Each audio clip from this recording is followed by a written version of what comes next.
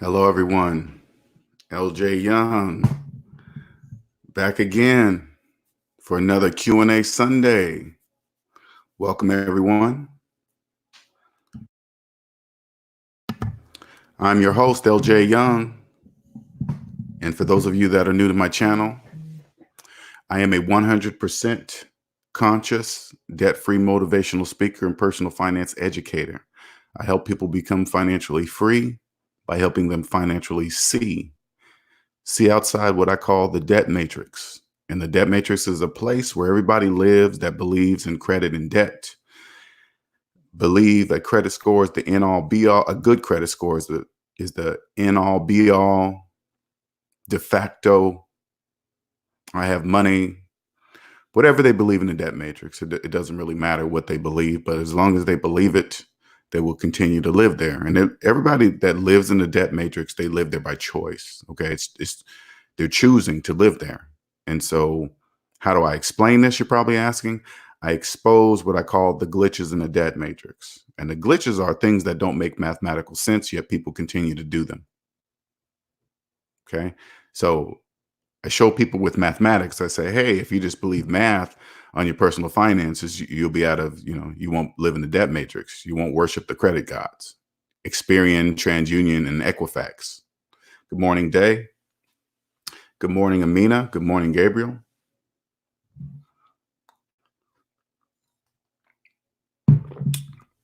Anyway, today is Q&A Sundays, which means that anybody that comes into the channel today can have their any personal finance question answered. All right. And how can I say that? Because every answer I give will be a mathematical answer. Okay. Because math and money are one. All right. I make sure everybody agrees with everything I'm saying. Everything I'm saying is going to be the truth. So anybody that comes in here and asks if I'm telling the truth or not, you will agree with my truth because it will be mathematics. You will have to agree with it. And since math and money are one, if math didn't exist, we wouldn't have the ability to count money. I mean, that would be impossible. We'd just look at a stack of dollar bills and just, what is all this? We wouldn't have the ability. The only thing that can separate math from money are feelings, how people feel about that. It doesn't, when you look at it mathematically, it doesn't make any sense, right? You go, hey, how do I feel about 5 + 5 = 10? Does it make me happy, sad? Does it make me angry? You would look at me like, who cares how you feel about it? It's 10.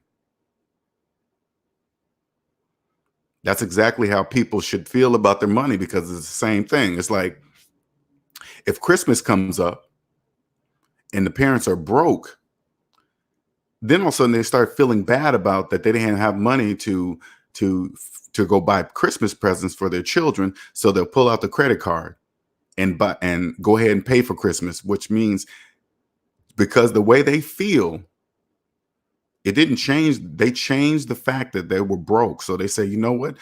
Because I feel this way, it's okay for me to go deeper in debt. That's that's the feeling, right?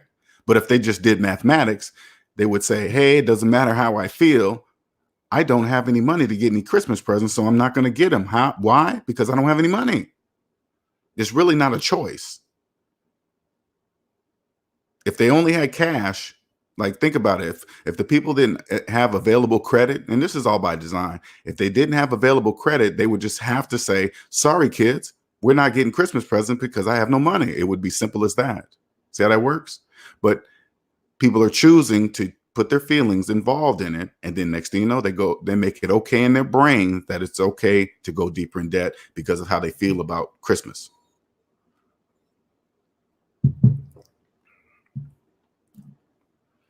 Gabriel says, is it better to have a debit card better than a credit card? That's a great question, Gabriel. And this is how I look at it. Okay. And I'm going to just use myself as the example. Once I got out of debt, I know how to properly use the tools of credit. Okay. Credit is a tool. So I have a credit card. And this is why, here's the reason why I have a credit card. Because at first, when I got out of debt, I was ready to close everything. Okay. because I totally stopped using them when I was getting out of debt. But what happened was I was using my debit card everywhere instead, right? Next thing you know, my at whatever store I shopped at, I don't know if you guys are paying attention to. You ever notice that even though you have the chip, some stores still require you to slide it? You're like, hey, the chip don't work, just slide it. It's like, okay, what good is this secure technology if every store doesn't have to go by the rules, But anyway, my debit card number got compromised and somebody charged something in some other state, and my bank caught it and they said, is this you? And I was like, nope. All right, cool. Shut that card down. But with the debit card, with my particular bank, I had to go get a police report. I had to wait, 7-8 days to get the money back into the account. I was like, yeah, it's got the Visa MasterCard logo on it, but man, this is a hassle, right? And then also I realized that, how you can use your debit card and you can use it like a credit card, so you can slide it and just press enter and it'll pay for the item, right? I was like, that is a huge hole, direct access to my money. So if I drop my card, you mean to tell me anybody can just pick it up, walk into a store, buy something, slide it, and just press enter? I'm like, I don't like that, right? And so I started realizing these things. So I called up my bank. I said, hey, you guys, can you do me a favor? Can you guys take off the Visa MasterCard logo off there? Because that is a big hole. I mean, you guys got to see that. That's a huge hole. That's they was like, sorry, sir, we can't do that. We have a deal with MasterCard and Visa. I was like, what? I said, wait a minute, this is my money and this is my card. If I don't want to use it as a debit, if I only want it as a debit card, period, with no Visa Master, because I don't want anybody walking up just pushing a button. They said, sorry, sir. I was like, wait a minute. I can see that's a huge hole. I know you can see that's a huge hole, but you're going to tell me no? I said, nah. I said, let me get a credit card, because every time a credit card gets compromised, you just call them up. Hey, it wasn't me. They say, cool, credit your account. And then they send out another card just like that. You're done. You're off the phone in 10 minutes. I was dealing with my debit card fraud for like a week. I was like, nah, I ain't doing that. So that's the reason why I keep a credit card, for security purposes and hassle factor. I don't have to worry about the security of other stores with I can go and shop online. And I just love that type of protection because I pay it off in full each and every month. So it's just an extra layer between me and scammers, because I can't stand financial scammers. They irritate me. Thieves, money scammers, thieves, I can't stand them, man. Cannot stand them. Day says, LJ, I decided not to tell anyone about me being debt free. I'm going to be quiet, building my wealth, and max out all pre-tax options at work. I decided that my job will be a tool, if you know what I mean. I do. That's exactly what it is. You see how you're looking at it right now? Now you see how you decided that your job is a tool now? Because that's what it is. And it always has been that. Your job has always been a tool to help you build wealth. But when you're in debt, guess what? You change it from a tool to a need. The same way as credit. That's a very good example. I want you to notice that. Once you're out of debt, now you look at your job like, oh, it's just a place here to get money, because there is no other way to get money. You have to get out and earn it. You can't borrow your way to the top, so you have to earn money. So don't care what other people in the debt matrix think, right? While you're working, but now you know it's a tool. Now you're slowly understanding that the guaranteed ROI is all pre-tax options. You figure out everything as a regular as a regular employee, figure out every single thing that you could possibly have that's offered to you as a pre-tax option, because that's guaranteed money every year. You know why? Because people in debt cannot afford to do it, and you can. That's how you know. That's phantom income. Okay. So good job, man. Good job. And you probably noticed that at first you wanted to tell people that you're debt free, but you got to remember people in the debt matrix don't know what that means.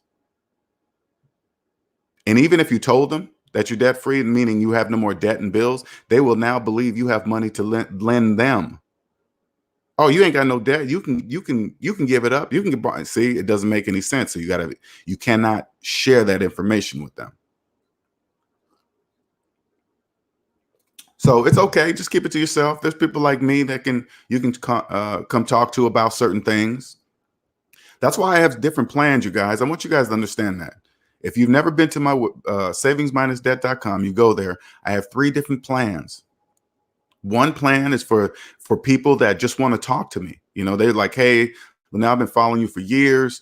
I just want to ask you about this, that. Personal finances only, right? I just want to ask you this. You know, I don't even want you deep in my finances. I got a plan there. I got a plan for beginners that just want to start out, that don't even know where to start, right? So I create that starting point, right? And then the next one is more for people that didn't know where to start, but they still want that next level type of phone call as they're going through the process. Because when people really start to go through the process, they have a lot of questions. That's how I can tell if people are really following or not. Because if I give it to somebody and they have no questions, I know they're not following the process, because that would be impossible. If you've been in debt all your life, you would have to have questions, because there are many things that you're not going to understand. And then the last one is pretty much all 3, but you're you're you're on the other side of zero now. Everything is different. There's going to be a ton of questions. You're going to be a baby in the finance world, a total baby, and you're going to have a ton of questions. So that's the 3 different plan levels. That's why one costs more than the other, et cetera, et cetera. But anyway, now today is for you guys. Okay, I want you guys to understand. It's for you. You can interrupt me anytime you wish. Today is the day you guys can ask any and all personal finance question. Hello, good morning, reigning woman. Any personal finance question will be answered mathematically, okay? Gabriel says, my philosophy is that any debt is bad. So once you use credit card on any expenses and spend 170 more on the debit card, well, you got to remember how you're looking at it, Gabriel. Okay, so say like this. Say like you had $10,000 in the bank in savings, and you pull out your credit card and you spent $1,000. Okay, 9,000 minus 1,000 is still $8,000. You're not in debt. You're not in debt. You still have $8,000 in the bank. You're not in debt. See what I'm saying? So you're not, and then you just pay the whole balance off at the end of the month. You already know you're not in debt. So you always got to calculate it as a whole. Okay.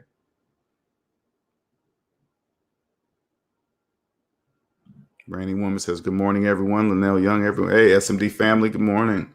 Day says, yes, my last payment goes through this Friday. $2,258.41 to be exact. See, that's how I know. That's how I can tell when people are really doing something. They go all the way to the pennies. I want you guys, SMD family, I want you guys to pay attention. That's a sign. You notice people that are sort of kind of doing it, they'll always guess at the amount of debt they're in. They will always guess. Okay. People that are doing the plan, they go all the way to the penny. You know why? Because every penny counts.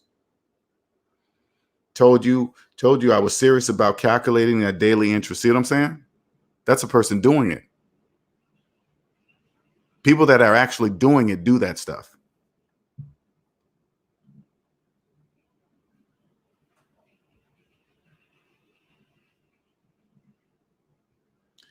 Lauren says, still binge watching your videos as of February 7th. I'm finally in the black, 52,000 in 18 months. Wow.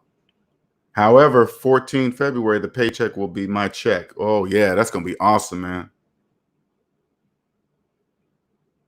That's going to be awesome.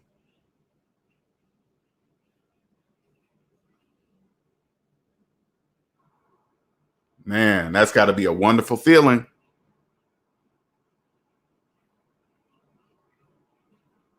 Can you guys hold on for one quick second?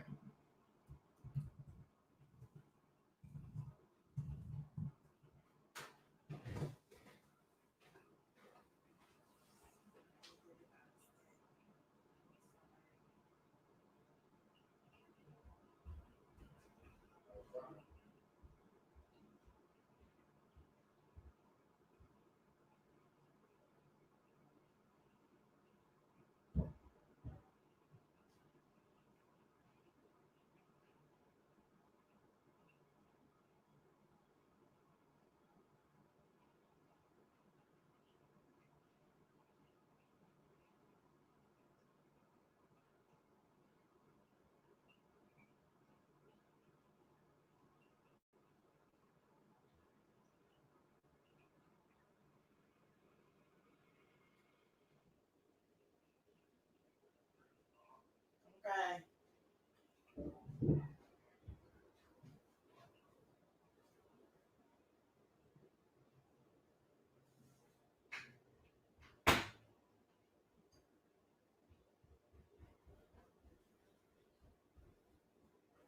just turned the top toilet thing off.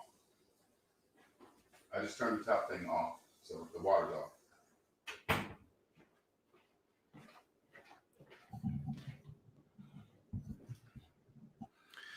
All right, you guys, I'm back. Sorry about that.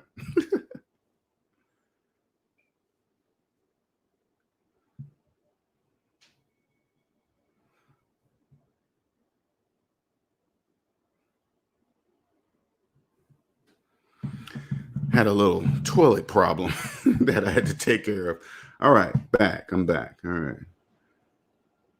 Congratulations. All right. Gabriel says, I have $550 in my bank account and still feel poor. But are you debt? You're debt free. Gabriel, are you debt free? If you're debt free, you're not poor. You got to remember, there's people in the negative. If you're like, check this out, Gabriel. If you're $550 over zero, you're ahead of millions of people. Millions. Gabriel, you have more cash than many believe it. Many believe it or not. Are you debt free or almost there? That's because that's exactly what that means, Gabriel. You got to know if you're above zero, if you're on the other side of zero at $550, you are financially ahead of millions of people. Millions.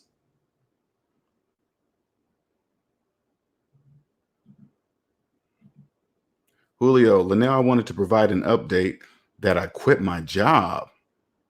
Really? What's up with that? What what happened there? Did you have a backup job or something? Did you line something up or what's going on? I got to know the reason behind that. Wow. That's crazy.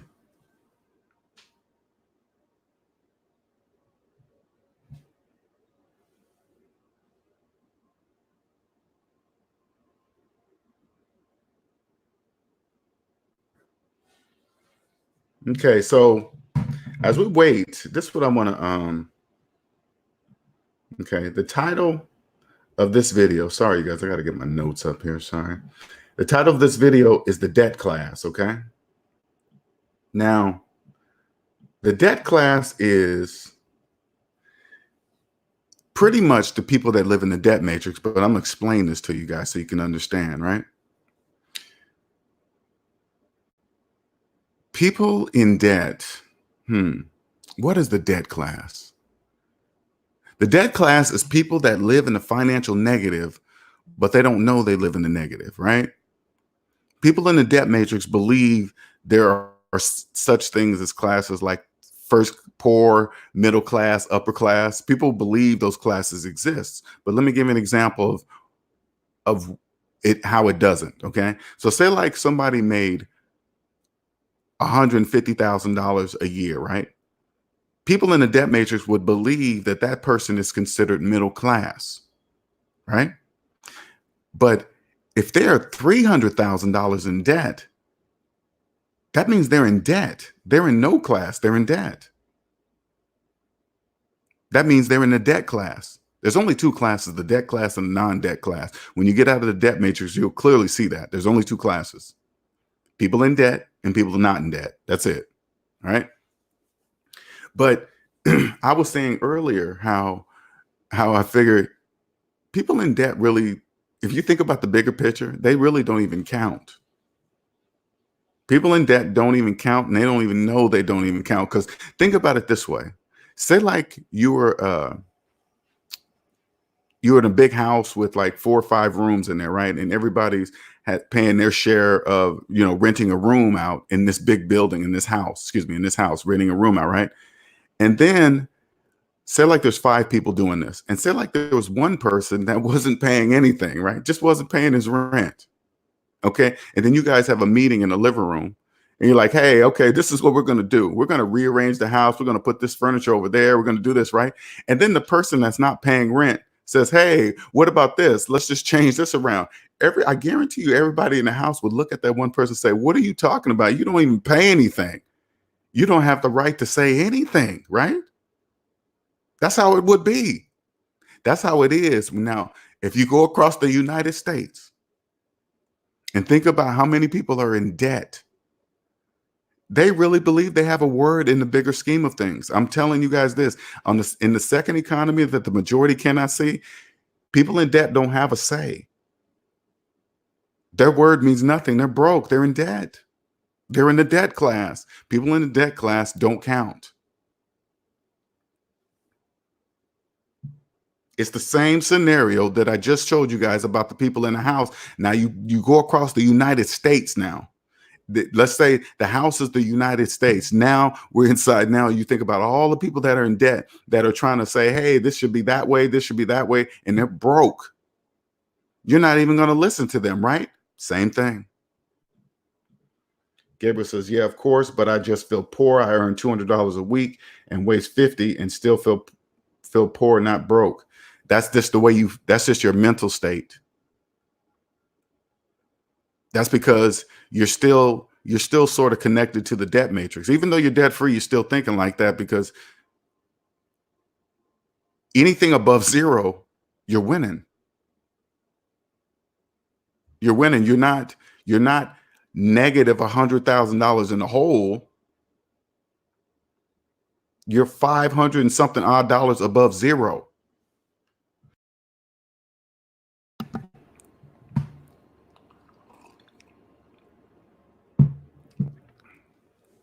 You got to change the way you look at money now. Now that you're on the other side of zero, you got to look at money collectively now, not individually, collectively. Let me give you another example, Gabriel, so you can understand that this is just what appears to be and what's really not there. Now, you always hear on the news and the internet, hey, people barely got $500 saved in their, the X amount of people barely have $500 saved in their bank accounts, right? And that's made for the average person. Let's just say across the board, the average is this. I'm going to tell you what they cannot see, okay? Because even that statistics means absolutely nothing. It's just to make people feel like they're a part of something. It's a feeling. I don't know. That part I can't really just put that in words yet, because I don't really know the words, but there are words for it. Okay. If everybody that they said, if everybody who believes they have money in their account, this is all they got to do to understand if that money's really there or not. All they got to do is add up all their savings, whatever's in that account that they believe is there, add up all their savings, and then add up all their debt, and then go savings minus debt equals how much money they have in real life. Mathematics will clearly show that that money doesn't even exist in their account.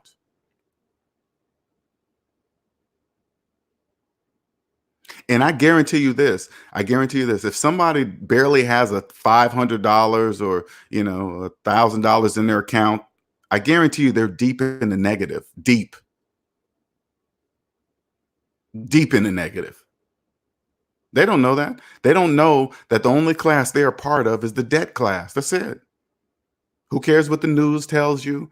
Why is there some kind people like that? They rely on some kind of outside entity to tell them about their personal finances. It makes absolutely no sense. You need somebody else to tell you mathematics? See how that works?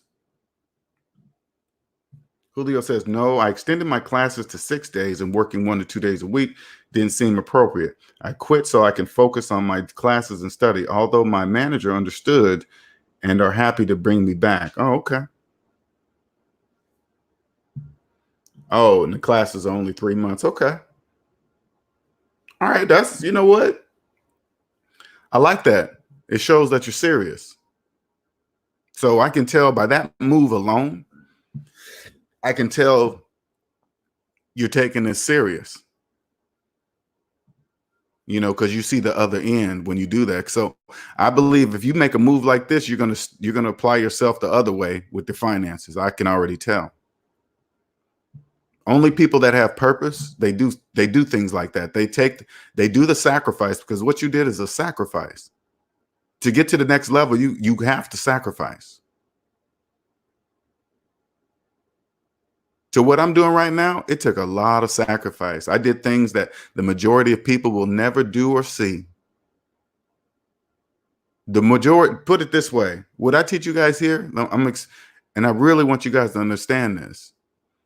Once you get out of debt, I want you guys to recognize that achievement. Because you got to remember, millions of people, millions, don't believe debt-free even exists. Don't even believe it. They just believe debt is part of life. And in the debt class, they will stay forever because they're choosing it. They're choosing to stay in the debt matrix. And so what I try to explain here, the feeling of financial freedom, is I try to do it in certain ways so people in the debt matrix can know it's possible. Like if you're a person right now, let me put it this way so you can so you kind of can get an idea what it feels like to be financially free. Okay, I'm gonna give you this feeling, and I want you to feel it, because it can only be a feeling.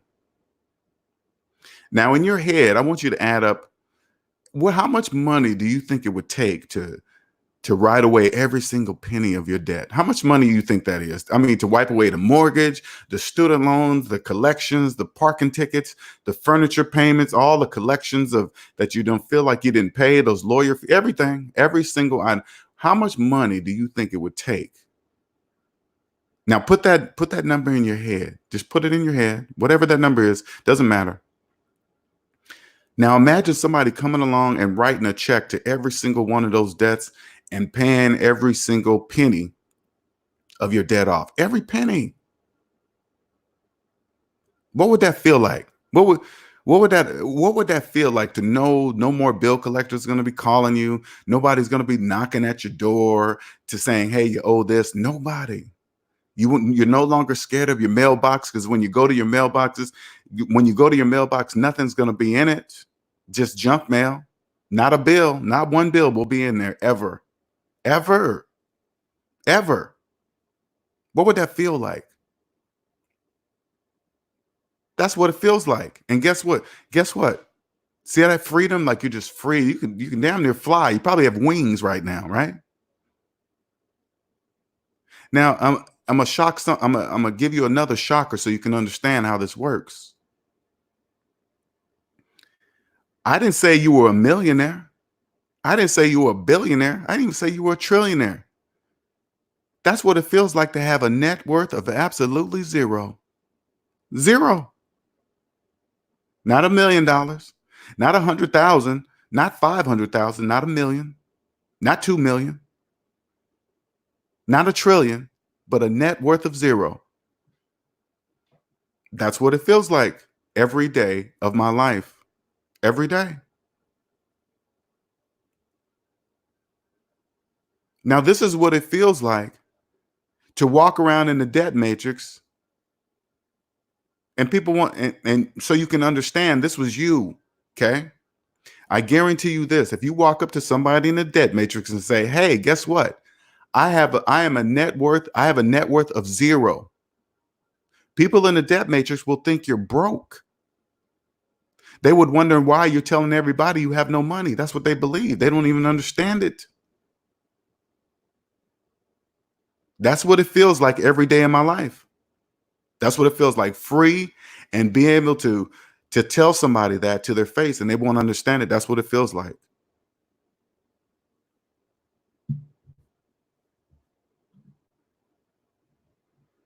People in debt, like people wonder, check this out. People wonder what causes depression. Debt is a big part of that. It's a huge part of depression. Huge. Huge. And people don't even know it. They just live with it, not even realizing they're choosing it. I'm not saying debt is the whole thing of depression, but it's a big part of it. A very big part. If you're a person out there that have accepted that debt is part of life, I guarantee you it's big. That's a big part of your depression because you believe it to be true and it's not.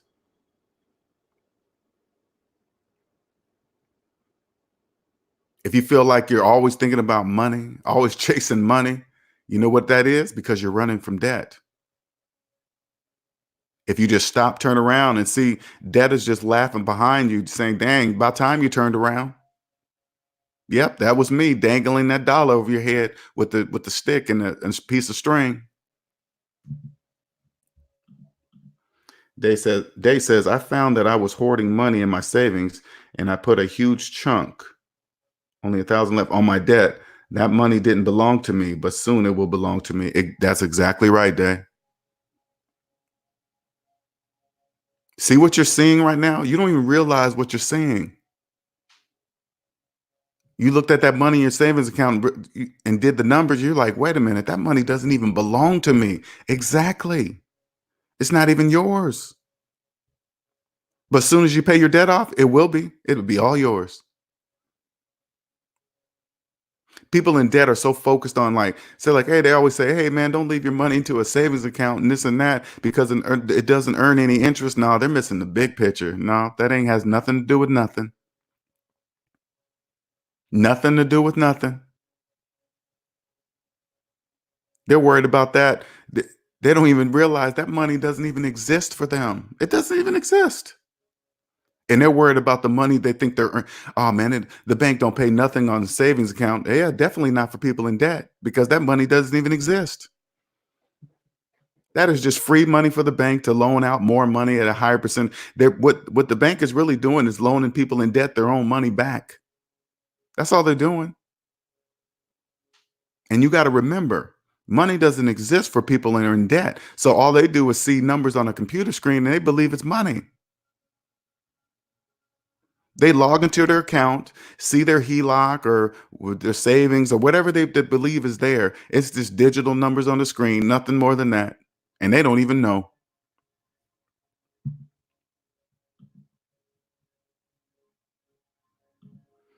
Julio says that the work is currently a frustrating bulk, but that's the hustle. I know this will pay off later, people. Got to hit the books. Yeah, it's going to pay off for sure. Julio's on it. Gabriel says, I just don't understand why people even go into debt. That's just me, my whole life, and people would actually call me crazy. They don't understand, Gabriel. You got to look at it this way. Okay. So this will help you not get frustrated. When they call you crazy, you got to remember they are the ones that don't believe in mathematics. They don't even know what they're saying. So you have to just ignore it because if you always look at it mathematically, their math will always be incorrect, but yet they're calling you crazy. That doesn't even make any sense. So that tells you they don't even know what they're saying. People say this stuff every single day. They say it out loud. I mean, they say mathematical inconsistencies out loud. That's how you know they don't know, because if they knew, if they knew their math was wrong, they wouldn't say it out loud. See what I'm saying?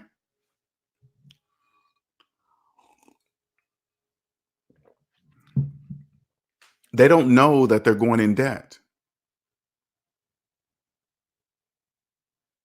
It's like, and just to show you how powerful that is, Gabriel, go up to somebody that you love that's in your family, right? And you know they're driving themselves in debt, okay?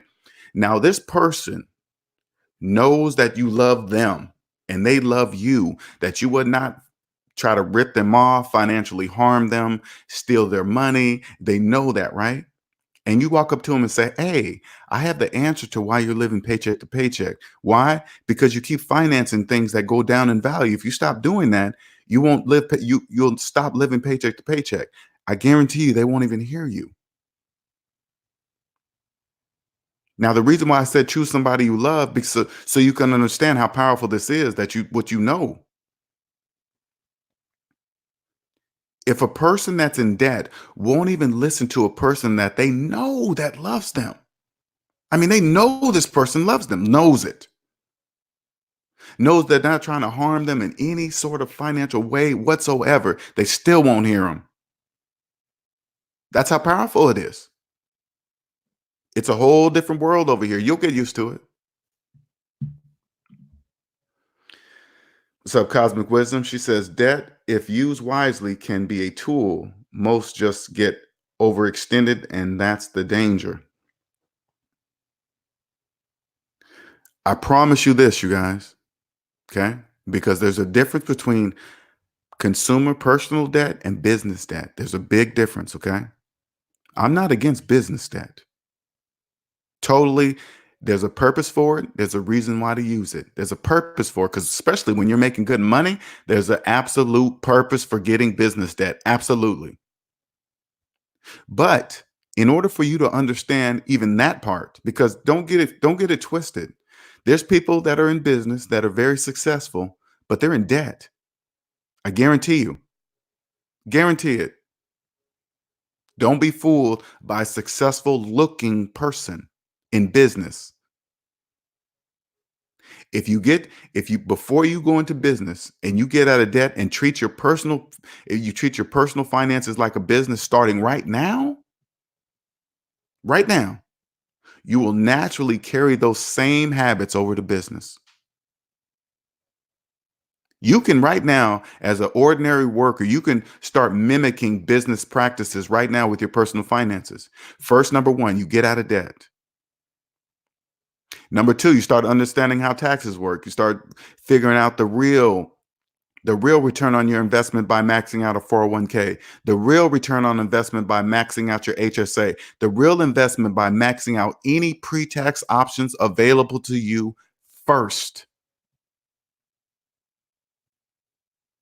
Anything pre-tax, anything that will affect your money today, every year, right now, not the future, because right now is when you're building your future, right now in this present moment. Always remember that. Never forget, the only money that counts is the money right now, not in some unforeseen future.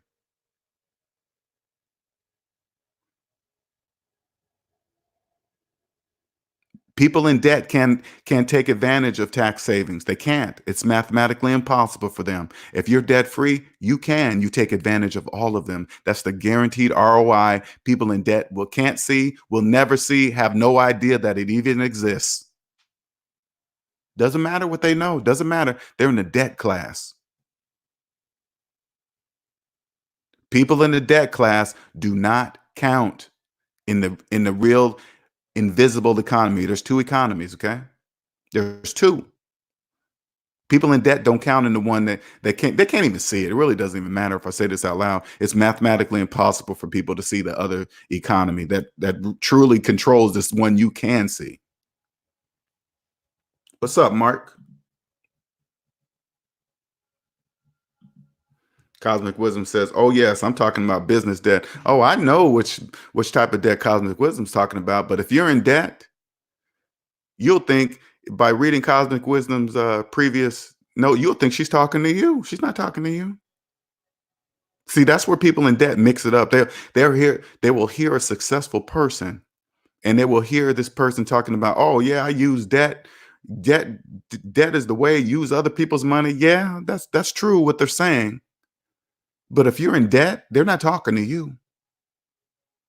People in debt just take that and be like, oh man, uh, Grant Cardone, he uses debt. Robert Kiyosaki, he uses debt. And then they'll apply that to themselves and say, oh, okay, I'm going to go get me some debt personally. And I'm just like, damn, they're not talking to you. But people in debt don't know that. They don't know that there is a distinct difference. There's a purpose to why rich people use debt versus a broke person.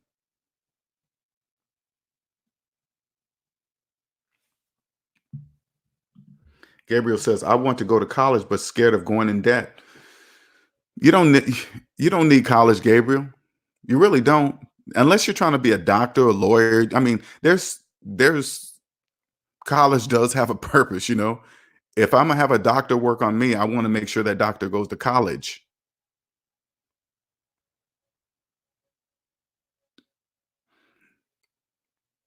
But this is, you know what, and I'm glad I'm glad you brought that up because it's very important to figure out, Gabriel, what you want to do in life. Don't believe TV or people around you that you have to go to college right after high school. That's not true. You don't have to do that. You don't have to do that. I didn't go to college till I was like 30. And I was feeling bad because I thought I was late. No, that was the right time. I was more mature to look at, okay, cool. If I get these student loans, yeah, I got to pay them back. I can't just be spending on willy nilly stuff. I'm glad I waited because had I got that money when I was in my 20s, I probably would have did most like other 20-year-olds, just got that money. And you know how student loans, they like to wrap up these numbers, round them up, and then they send the extra check. And then people that get the student loan money, they really believe that's extra money, really believe it. They really be believing, and man, so just wait, look around, look in the current environment, think to yourself, what would make me the most amount of money in the shortest amount of time? And I'm talking about a job, okay? What would make me the most amount of money in the shortest amount of time? And then you find that job, and you just hell, Elon Musk, Tesla, they ain't requiring they're not requiring no college degree. They're gonna give you a test. So if you figure, say like it was coding or something you'll do, you can learn all that stuff online. You don't need to go to no school. And learning online, you can get from relevant people that are doing it in the field. People are happy to share their information. And do you walk into a Tesla factory and say, "Yeah, I know that code," and then you sit down and write the code fast in a certain amount of time? They're hiring you because right there, that person, that employer, like Elon Musk, he will know, man, this person learned this and no schooling. Oh yeah, that's a driven person because you must do it on your own.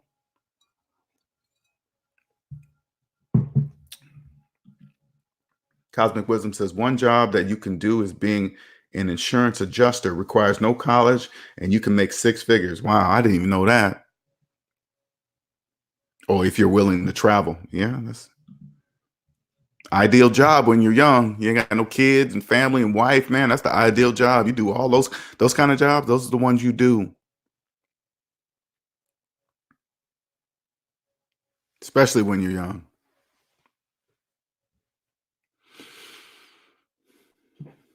Isn't that crazy though? But people people don't understand that there's just two classes: the debt class and the non-debt class. That's it. That is it. There's only two classes: first class, middle class, upper class. I mean, no, lower class, middle class, upper class. Those classes don't even exist. You think I knew that when I was living in the debt matrix? Not even close. Not even close.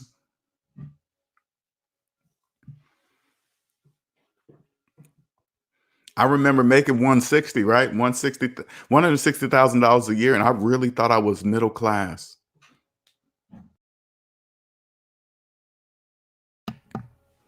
I really thought I was a class at all because I was double that in debt, right? I was double my annual salary in debt. I was made to believe that there were such things as good debt and bad debt. That's a you guys check it out. That's a belief. You guys, that's just a debt is just debt. It's not good or bad. It's just debt. And you know what's so funny when I think about it as I'm telling you guys this, and people in the debt class, you just believe it because I was them. I was that person, right? They made me believe that a mortgage is considered good debt. And they made me believe that it's so good that I should keep it for 30 years of my life. They made me believe that. They made me believe that. Woo! Check it out. Now that I'm out of the debt matrix, I have no idea how they made me believe that. That's crazy. Now I imagine a mortgage payment as a big, big credit card. Okay. And your monthly mortgage payment is just the minimum payment spread out over 30 years. And the reason why I didn't look at a mortgage payment like a credit card payment because of the size of the payment. But if you're paying on it 30 years, you're making the absolute minimum payment. I didn't see that for a million years, and I thought it was good debt. People in the debt matrix, in the debt class, made me believe that having a mortgage was considered good debt when it's just debt. And just think, you guys, they do that to millions of people in the debt class. Millions. People in the debt class believe they are homeowners while having mortgages. They believe it.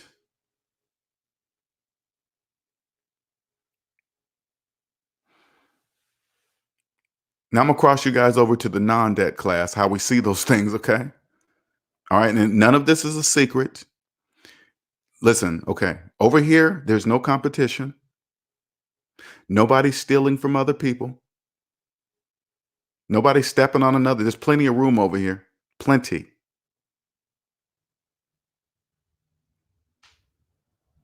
Plenty of room. Now, I'm gonna point out something that you guys can so you can see it. All right. So because a lot of people, I want you guys to understand, debt blinds a lot of people. Now let's go back to the house. Okay. There is no other vehicle better for retirement than a paid off house. Nothing. There's nothing on the market better than that. Personally, nothing.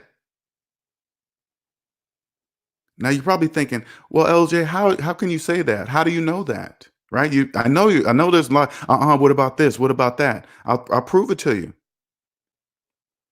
There's trillions of dollars in mortgage loan debt. Trillions. Only people with mortgages have mortgage loan debt. And that's millions of people, millions. If you have a house with no mortgage, look how far financially ahead you are of people. You're ahead. Pay your house off. That puts you ahead of millions upon millions of people in mortgage loan debt. Isn't that obvious? That's obvious to me. That's obvious. Only people in mortgage loan debt, anytime somebody tells you, advises you, hey, man, you should always have a mortgage, I want you to stop and turn to them and say, hey, do you have a mortgage? And if they tell you yes, of course they're going to tell you that. Of course they're going to tell you that they have a mortgage themselves.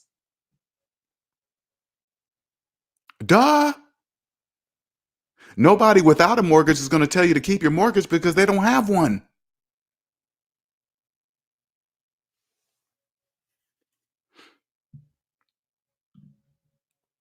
Day says, when you said that, my mind was like, boom, mortgage equaling one giant big. It blew my mind too. Remember what's the name? Shell. Shell came on, and he has a paid off house, and he was just kind of telling me, he was running some things past me. I was like, man, what he's saying is blowing my mind. And you guys, listen, I've been out of debt for years. I've had a few mortgages in my lifetime. I've never had a paid off house. And here's a person telling me some things because I know they existed, but somebody with a paid off house can help me look at a thing a different way. And he did. And then I said, yeah, man, look at it like one big credit card and I'm making the minimum payment. And the only reason why I didn't look at it that way, because of the size of the amount of money. When the amount really doesn't matter, it's like, whoa, wait a minute. That is the minimum payment. And listen, that's only if you never refinance once. Look how many people in the debt matrix, in the debt class, look how many people refinance their houses like it's nothing. They don't even know they're starting that 30-year minimum payment clock all over again each time they do that. They don't even know that. And yet they walk around believing they're homeowners. That's how you know a paid off house is a cash cow. That's how you know.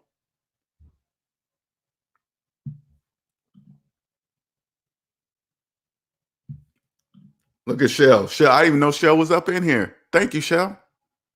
Didn't even know you was in here. He's confirming what I'm saying. And you guys, I want you guys to listen. I'm not doing anything fancy. I'm just using basic mathematics. I'm not doing anything fancy. He just allowed me to look at it some, and I've been debt free for years, you guys. I'm like, oh my God, how did it? Now I'm outside the debt matrix. Okay, I was conditioned. Now, what you guys, it's a double-edged sword. Okay, you guys must understand this. It must be this way. The majority of people must believe they are homeowners with mortgages. They must believe they get a finance car on sale. Okay. That's how the economy that the people in the debt matrix live, that's a must. It must be that way. The majority must continue to finance things that go down in value. Because if they stop, the whole economy would break.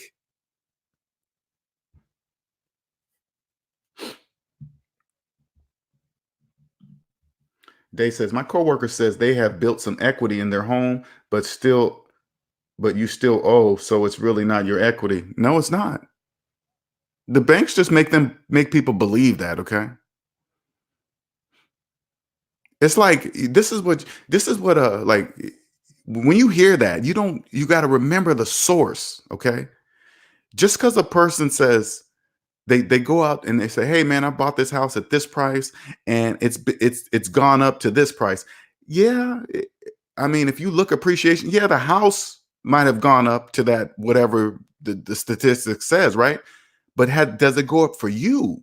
Because you don't know what type of loan they have. You don't know how many times they refinanced their house. You don't know what they spent the money on. The house value compared to what they owe on the house has nothing to do with each other. People in debt don't know that. They could have refinanced their house 50 times, right? And then they say, "Hey man, this house cost this much back in that day, and now it's worth this much in this day." Well, yeah, that's true, but that has nothing to do with you.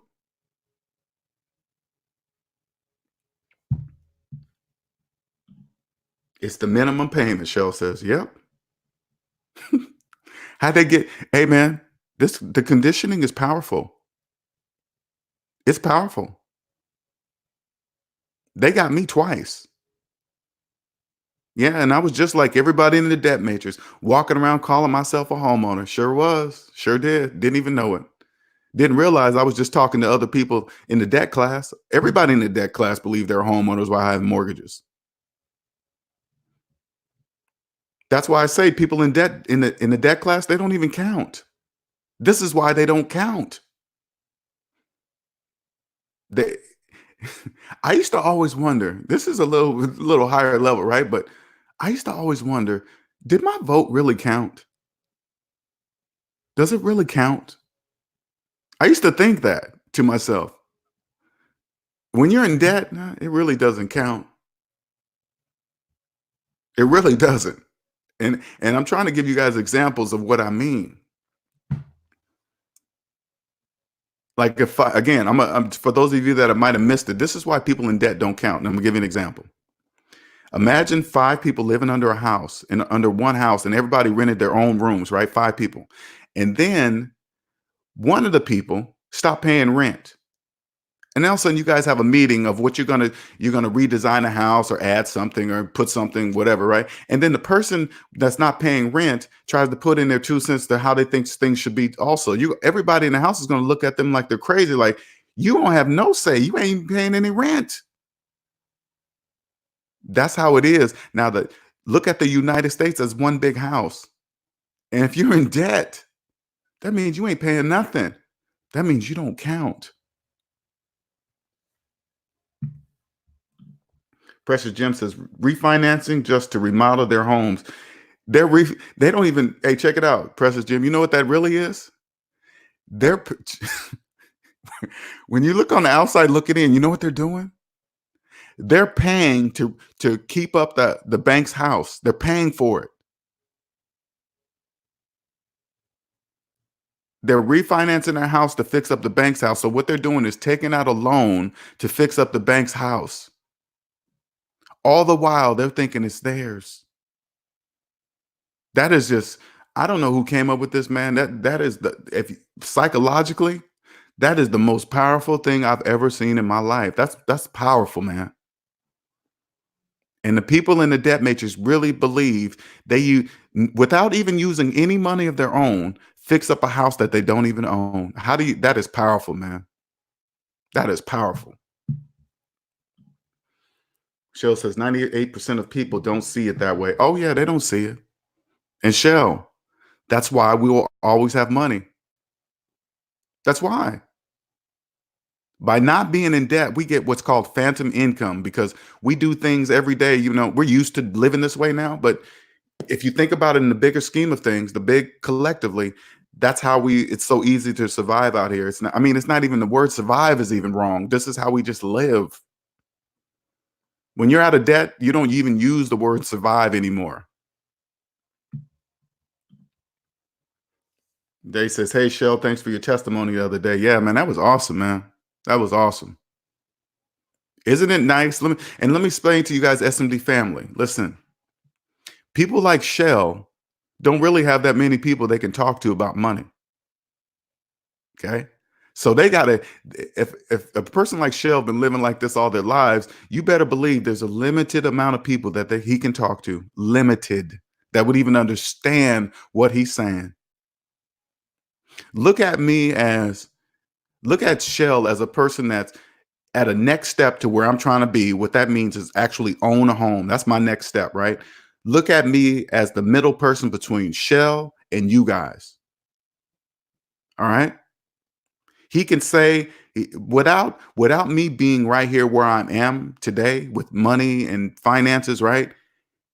He would, if I was full of crap, he would know that I was full of crap and wouldn't even entertain even subscribing to my channel. I wouldn't even know a Shell even existed. Okay, because when you're outside the debt matrix, it's not hard to find phonies because they speak with making no mathematical sense at all, and they don't even know it. Speaking with a person like Shell will show you guys what you can achieve once you get out of debt. You can be at that level.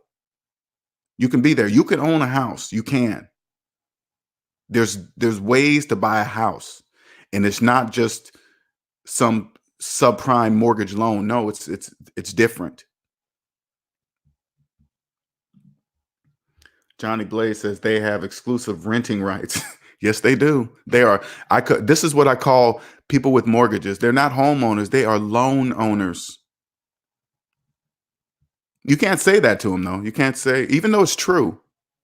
Like if you go up to a person and say, hey, you know what? If you have a mortgage, you're really not a homeowner. You're a loan owner. They will get mad. They will say, hey, what are you talking about? This and that. And then after they're done ranting and raving, you go, but is my math right? They'll walk away from you before they tell you, yeah, your math is right, but I'm still mad about it. It doesn't even make any sense. What's up, best version? Yeah, I was just over there. I was like, man, I ain't seen this cat in a minute.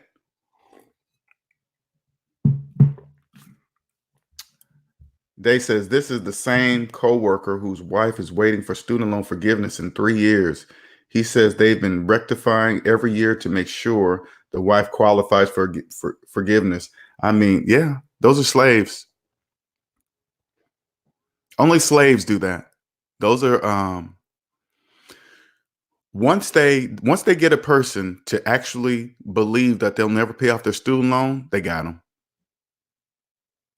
They got them. If you're a person right now that believes that you'll never pay off your student loan and you're out there calling them forever loans and you're doing something that everybody in the debt class does, you're going to be a slave until you're dead. Those are slave camps. Student loan forgiveness programs, those are slave camps for the debt class. Those are for people that have absolutely given up hope of ever paying off their student loan debt. You're probably thinking, how do I know this? This is the easiest way to determine that. Okay. Those student loan forgiveness programs, I think that's a minimum of 10 years of service. 10 years. Now take your student loan debt and you divide that student loan debt into 10 years, divide it by 10 years. Okay. Now each year, now you're saying to me, this is what you're saying to yourself. If you don't believe you can pay off your student loan debt, you're saying, I will not be able to make that much money per year to pay off that student loan debt in 10 years. You don't believe in yourself enough to take 10 whole years of your life.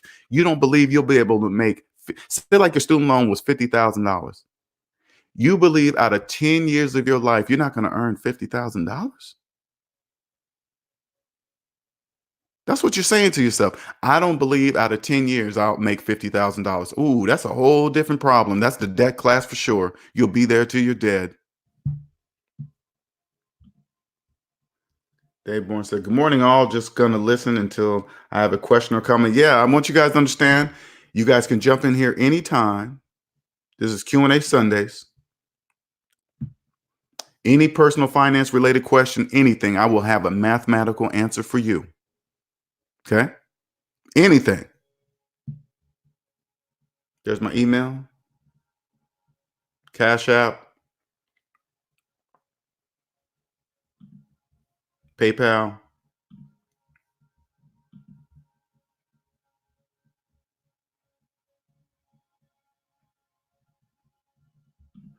Shell says, always look at it this way. Your mortgage payment is the minimum payment the bank accepts.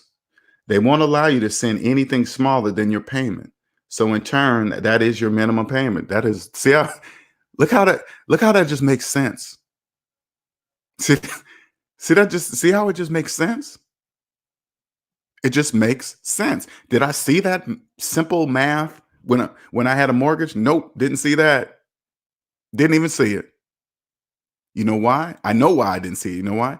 Because in my mind, a mortgage payment is huge. That is huge. But in the bigger scheme of things, if you compare mortgage debt to your mortgage payment to trillions of dollars, that's what you should do. Compare your minimum mortgage payment to trillions of dollars in mortgage loan debt. Now, how big is your monthly payment? It doesn't seem that big, huh? Because that's what it is. It's nothing.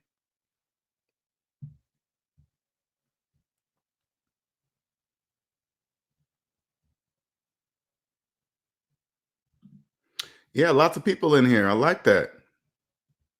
It's catching on. That's what it tells me. People are getting hip. The word's getting out about the SMD family, savings minus debt family.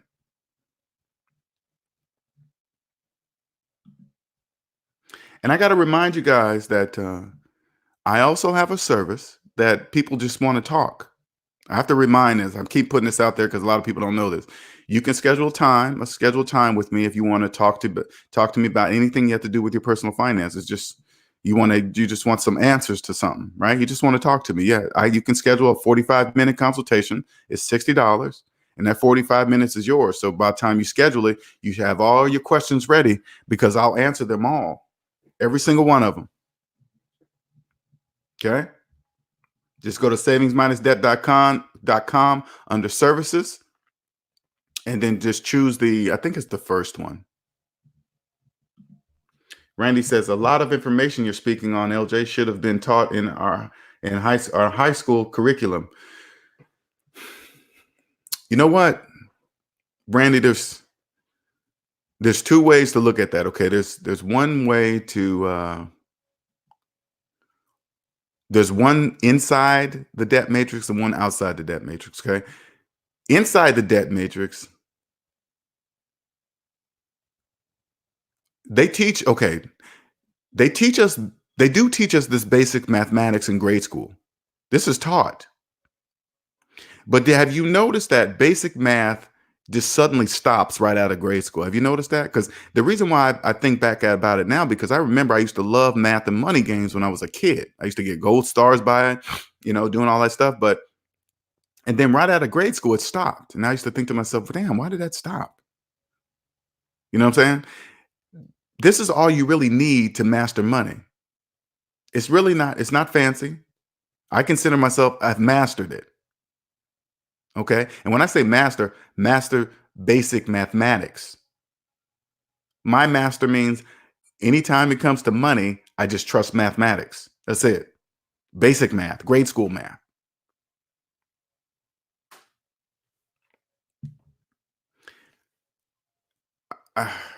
And in order for this whole machine to keep going, I see the purpose of public schools.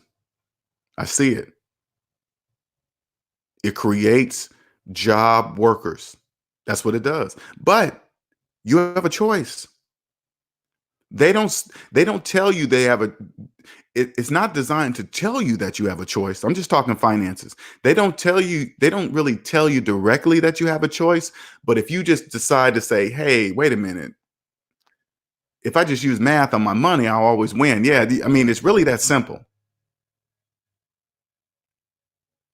But if you choose to go with the obvious program of go to school, go through the grades, get to college, go get a good job, that's the program. And then you get out of, you listen to the other people that also been programming. Yeah, this you finance a house. Oh yeah, it's okay to have first and second mortgages. It's okay to refinance. Yeah, the equity is yours. If you follow that without doing the mathematics, that's your fault. Now, would I love to be able to get into grade schools? Oh yes, grade schools, man. I want to start in grade schools. You know why? Check this out, you guys. Adults, listen to this. This is why I want to get into grade schools. Imagine your children never ever feeling what it feels like to be in debt. They won't even know what that feels like.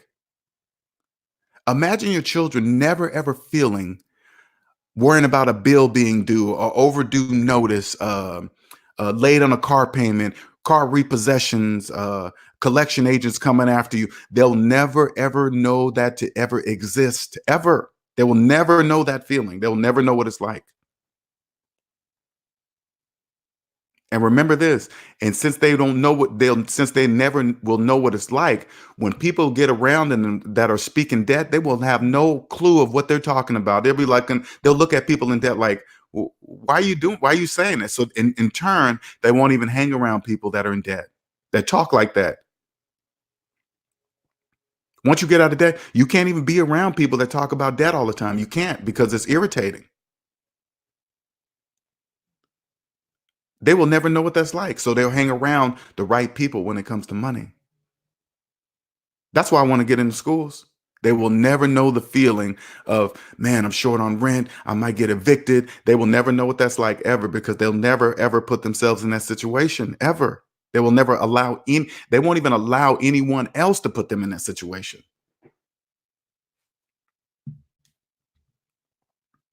What's up, Tony? What's up, Herbert? Herbert.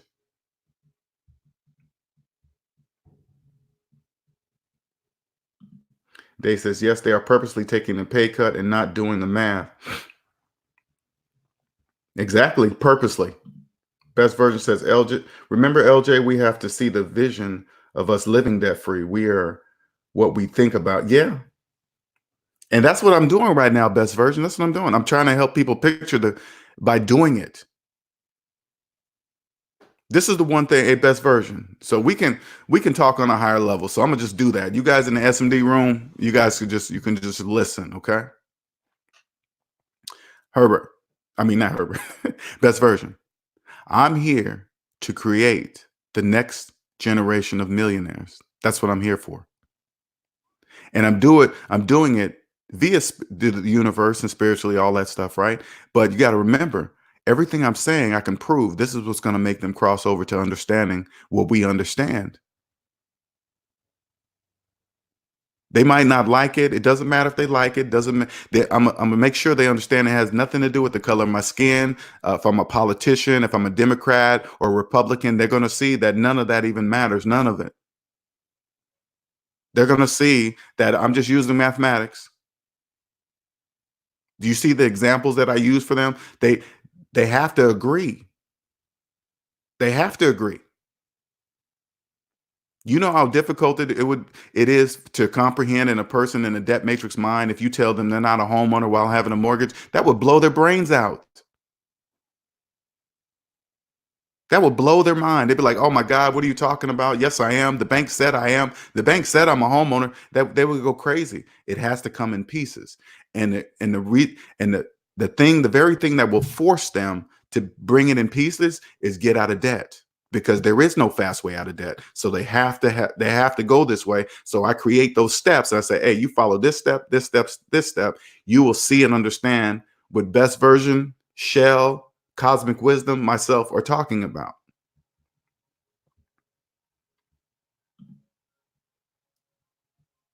Novena, hello. Dang, this thing is going fast. Here we go. Question for everyone, Day says. Do you find yourself talking back to Do you find yourself talking back to LJ's videos in a good way when you replay them because they make you think, like, why didn't I think of this sooner?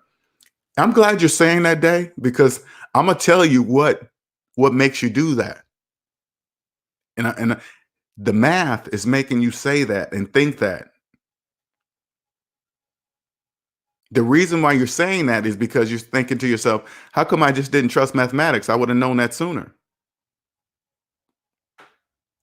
And then when you come to light, this is what it is, because that's important for people to, it's important for the majority to continue to think that way. That's important. They must continue to, this is a choice. Nobody's keeping anybody in the debt matrix, in the debt class. People in debt are keeping themselves there.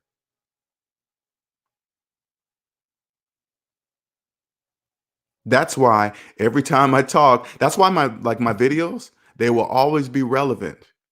My videos will always withstand the time. Time will have no effect on my videos. You know why? Because my math will always be right. No matter the year, no matter the decade, no matter the century. You can go back in my videos and be like, dang, his math is right.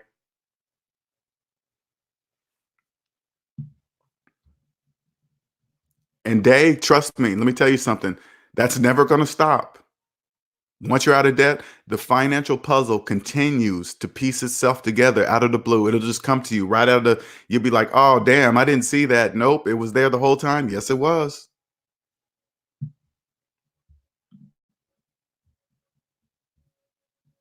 Novena, you're saying you're in 11th grade?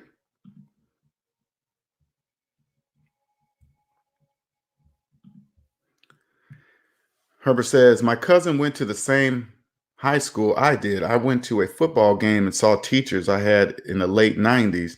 They were still teaching and paying off student loans. Oh, my goodness gracious. See what I'm saying? See what I'm saying? But I want you guys to understand something too.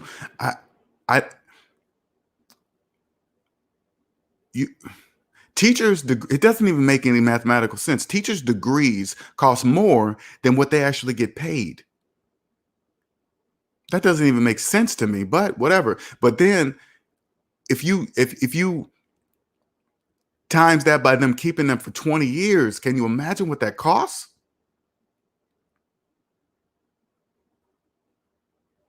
Well, let me say this to you guys. It doesn't matter the occupation. Debt affects a person. Whether they want to believe it or not is 100% irrelevant. It does.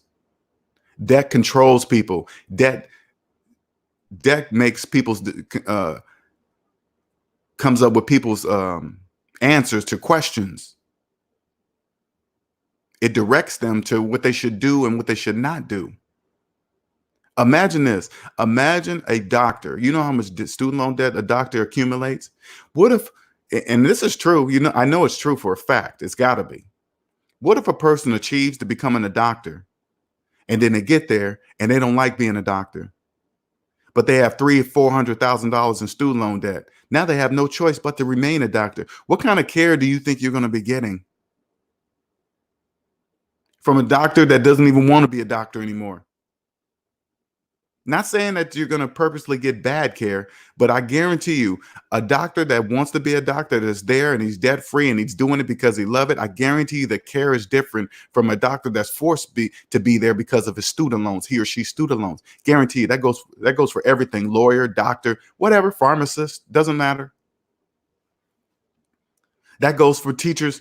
Man, when I see like grade school teachers, when I see what they have to do, it's not like When school's out, their job stops. They got to grade papers. They got to talk to parents off of the salary they make. And then they got student loans and debts of their own on top of that. What kind of quality teaching do you think your kids are going to get? Now, remember, I'm not saying anything negative. I'm saying it's very different from a teacher that is debt-free, that loves teaching. Just think, a teacher becomes a teacher because they love teaching. Can you imagine how much greater it would be for a teacher if they didn't have student loan debt? If you're a teacher listening to this right now, I want you to picture something. Imagine your job with no student loan debt on your back. Hell, imagine your job with no debt on your back. Imagine the freedom that you would have to teach the children of your class. Imagine that. If you didn't have to worry about student loan debt, imagine how you would handle different parents of different kids. You would handle them totally different. Right now, you're probably so buried in debt, and then all of a sudden you got to hear an irate parent, oh, my kid is this and that, and they might have a bad kid, whatever, it doesn't really matter, but you got to just tolerate it. And you're like, man, I don't make enough for this crap. That's those kind of things, that's what happens when you're deep in debt. But when you're out of debt, those things don't affect you. You're there because you love it. It doesn't matter how a parent feels about their kid. They're going to have respect coming in, talking to you. You're not going to tolerate any of that.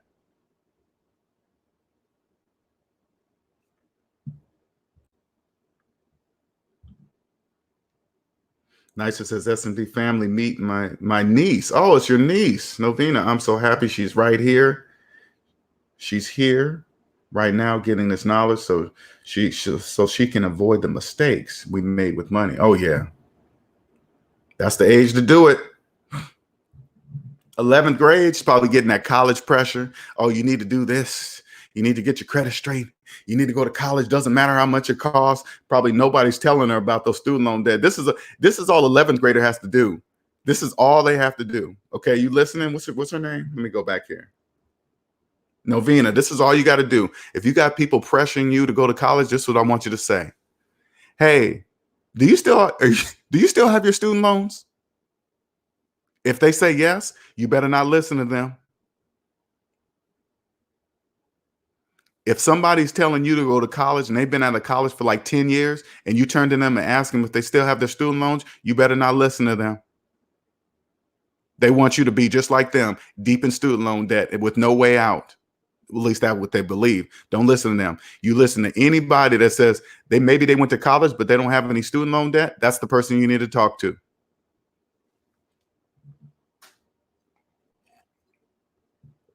Rule of thumb, Novena. This is the rule of thumb. Never listen to anybody with student loans that have student loans that are older than their children. Never listen to somebody like that. Whatever they're saying will never make mathematical sense. CENTS.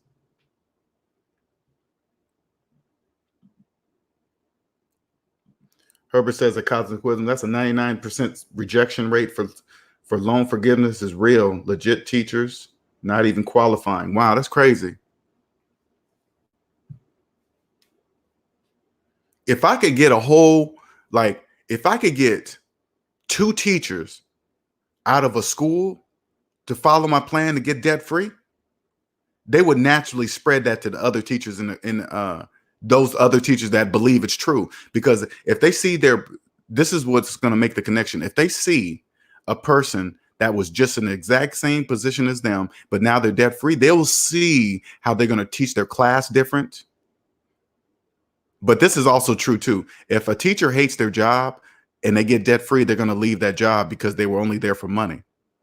This is how to tell who's there, who loves it, and people that are there for money, they get out of debt, they're going to leave it because they're going to realize that they were only there for the money, not because they loved it. Cosmic Wisdom says, indeed, that student loan forgiveness is a trap, letting the interest pile up for 10 years. Yeah. They do people in the debt class so dirty. They do them so bad. They do them so bad. I mean, Cosmic Wisdom, they do it right in their face too, right in their face. Make them follow a plan for 10 years, and then at the end of 10 years, reject 99% of those people. You mean to tell me out of 10 years, say like it was some kind of error on some paperwork or whatever, right? Say like it was some kind of something. You mean to tell me out of 10 years of payments, they couldn't have told them that? Hey, you better correct this here, because if you make it all the way to the end of 10 years and this box is not checked, you're not going to qualify. They could have told them that. Because I guarantee you, out of them 10 years, if those people would break a rule or miss a payment, oh yeah, they'd be all over it. Oh, sorry. And I guarantee you this, I guarantee you during those 10 years, I guarantee you anything minute will reject them. If they miss a payment out of the 10 years, something, they didn't do a change of address, anything that would disqualify them and make them start all over, people to do it. Oof, they do people so bad. Randy says, right, LJ, after grade school, it's all about formulas and complexities. Yep. Your channel is growing because people are looking for the truth. After listening to you, I filed chapter 7. The math made sense. I want you to see something, Randy, too. I want you to see something, what you just did by even making that statement. Okay. First, you see that it's simple. Anything outside of grade school, it was made to be, that's all part of the plan. I want you to understand that all that complex math, I'm sure it has a purpose somewhere, but the majority, it doesn't. It doesn't mean anything. It's made to people to believe that it is that complex. It really is. It's made to, so people just fall for it and thinking, oh, to be good in finances and trading on Wall Street, you must know all these master mathematics. No, you don't. That's a trick.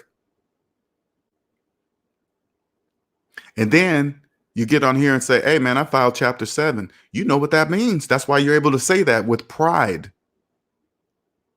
Hey, LJ, I filed chapter 7 and told the whole room. You know why? Because you understand the power of chapter 7. People in the debt matrix think if you file chapter 7, you're a loser. No, you're not. When you hear somebody say that, oh man, if you tell somebody you filed in chapter 7, and they look at you like, oh my God, you're a financial loser. And I want you to turn to them and say, then why is it there? You think it's just for losers? No. Congratulations, Randy. You're going to be free, man. I don't know if is it already discharged right now? Is chapter 7 discharged? Or you're in the process of it? Herbert says, I have one credit card to get rid of, then it's student loans. I'm on rice and beans is a luxury. Yes. There you go. You're making the sacrifices, Herbert. Those are the sacrifices that many in the debt matrix will never do, never, ever do it. So in other words, they will never feel the reward of financial freedom ever. They will continue to believe that it's millions or billions or trillions of dollars to make them financially free. And all they have to do is get a net worth of 0 and they'll be free. That's it. They don't know that.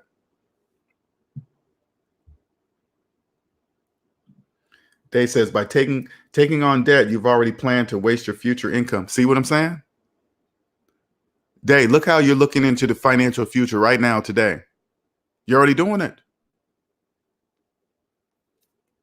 Right now is the only time that matters. The future doesn't even exist.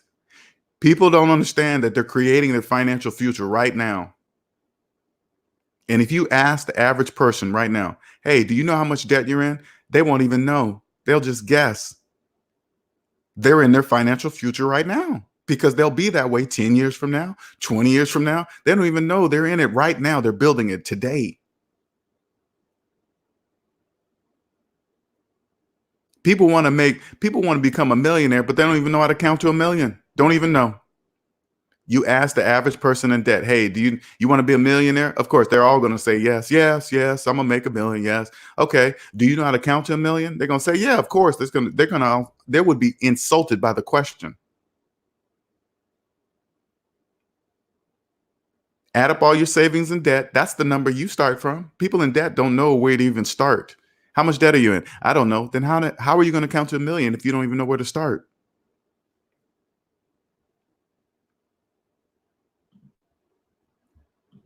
Nicer says, yeah, I was telling my nieces and nephew the other day that student loan debt is in the trillions,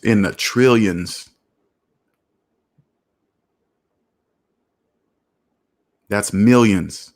And this is what I want you guys to do always. Right now, student loan debt is at $1.6 trillion. Trillion. Now add up your total debt and compare it to the trillions of dollars. I bet your debt don't even look that big no more, does it? It's all about your perspective. You always must look at it collectively. Now you look at your number and remember, if you decide to wake up and pay, you know what? I'm gonna do whatever it takes to pay off my debt, my student loan debt. That will automatically financially place you ahead of all those millions of people that are part of that $1.6 trillion student loan nightmare. You're no longer part of it, and you're financially ahead of them all.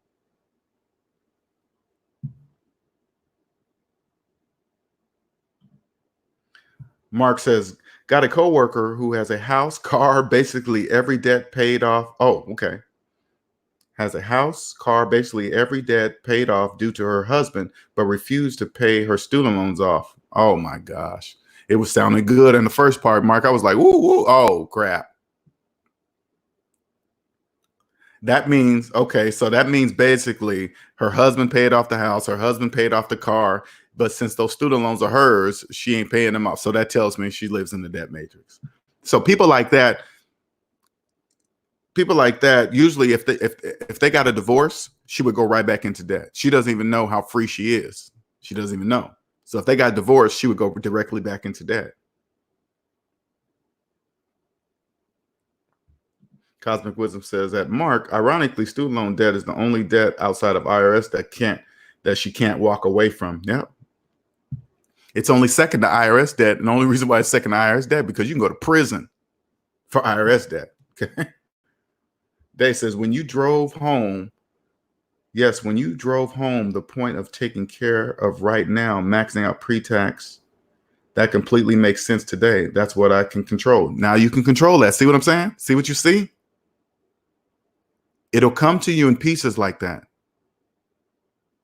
Then once you figure all that out personally with having a regular job, you're going to get to a point to where there's not going to be any more pre-tax options for you. Okay. And then you'll be like, oh, okay, it's time for me to open up a business. You're going to take those same habits over to business. And on the business side, it's unlimited. It's unlimited pre-tax options, unlimited. Cities, federally, they all trying to do something.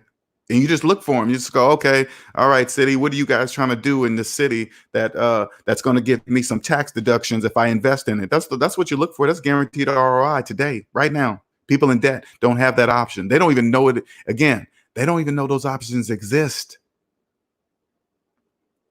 because they're in debt. They can't even mathematically take advantage of those options that the government are giving people.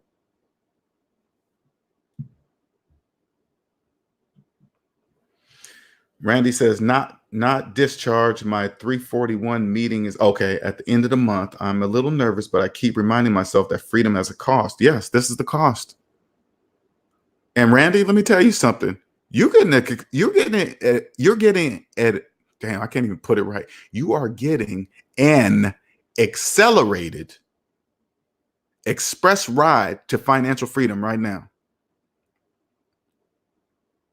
You're getting an express ride to it. But the difference is that you're getting a fast ride, but with knowledge, because people get chapter. Don't get me wrong. There's people that get out of debt with chapter 7 and they don't know where they're at. They don't even know they're free. And what do? They get right back in debt. They go right back financing cars. Hell, people that go to, a client told me when they went to go see a bankruptcy attorney, you know what the bankruptcy attorney gave them? Hey, check it out. Here's a card just in case this person right here, they finance cars for people that have filed bankruptcy. What?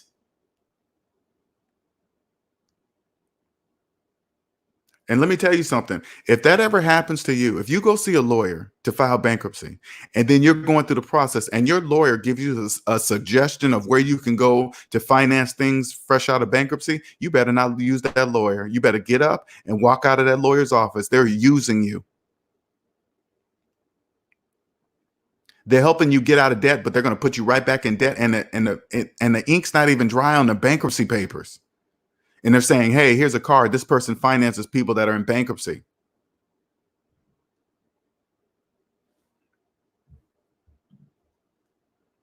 Dave Bourne says, if you file Chapter 7 once, can you do it again? I know someone who did it once and in debt again and don't want to file again because she thinks she can't. She back in debt because of student loans. Let me reread. I'm going to reread that one more time. If you file Chapter 7 once, can you do it again? Yes, you can file Chapter 7 every 7 years. I believe every 7 years. It stays on your credit report for 10, but I know you can file, I believe it's every 7.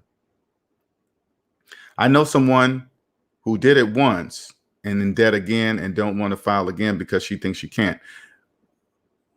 See what I'm saying? She got free, but debt is a mindset. So she doesn't, that's why she got back in debt again. And she says she's back in debt because of her student loans. You can't bankrupt student loans. No bank, you cannot bankrupt student loans. That's not allowed. Chapter 7, 13, none of that gets rid of. So even though she got Chapter 7, it wiped out all of her consumer debt. So the only debt she had left was her student loan debt. So she could have focused right at that moment. She could have focused in on paying off her student loan debt because all of her money was now hers. But see, it's a mindset. So she didn't do it. Cosmic Wisdom says, what shall see? Maybe she will be one of the lucky few. Mark says, I don't believe it, but we'll see.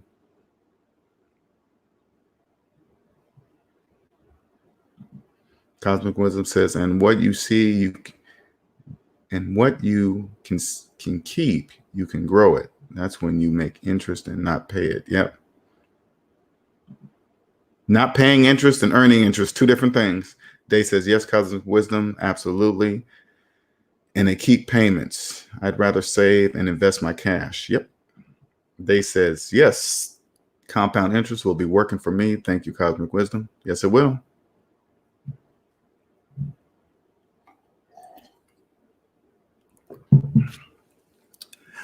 Let me let you guys see something so you can understand how it works, okay? Even when you hear people that tell you about compound interest, right? And not even saying that a person telling you about compound interest, not saying they don't even know how the mathematical formula, how it works. I'm not even saying that because it's just math. It's not really, you just go, oh, okay, you just do this and that. And it's so understanding compound interest is not a big deal to know, okay? The very important part is this. Do you actually have money for the compound interest formula to actually work, right?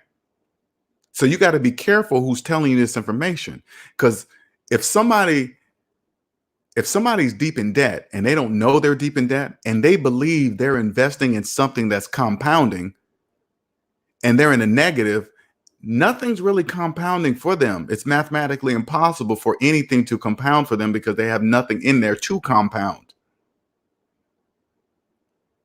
So if this is you, say like this, you're listening in this group right now and you think you're invested in something that's having compound interest. This is what I want you to picture, okay? Add up all your savings and then add up all your debt. Savings minus debt equals how much money you have in real life, okay? That's your real life number. Now, if that's deep in the negative, now you take whatever money that you're investing into this vehicle that you believe is compounding, whatever that money is coming, it's coming from this pool of negative dollars.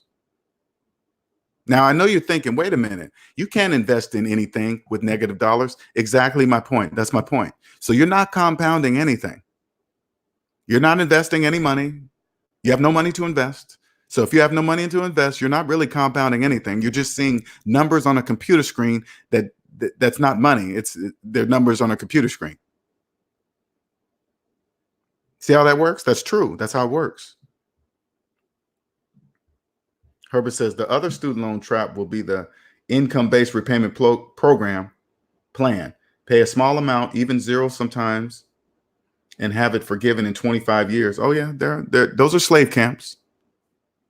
They're all the same. Doesn't matter.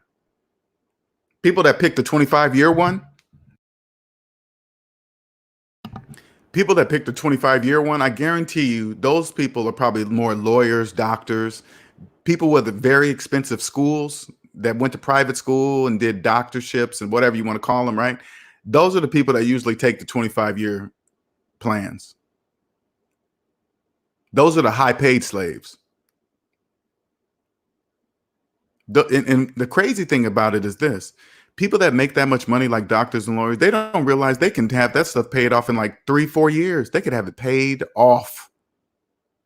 They got the biggest shovels. Yeah, their student loan debt is big, but man, they're making $200,000-$300,000 a year. They could pay it off. 5 years max. 5 years max. They don't even know that. 25 years a slave? You mean to tell me, check this out. Check this out. This is all the person that has signed up for the 25-year student loan repayment plan. Check this out. If they take their student loan and divide it by 25 years, they are telling themselves they are not going to make that much money. Whatever the bill is, the student loan debt is, they're saying to themselves, I don't believe I will ever make that much money in 25 years of my life.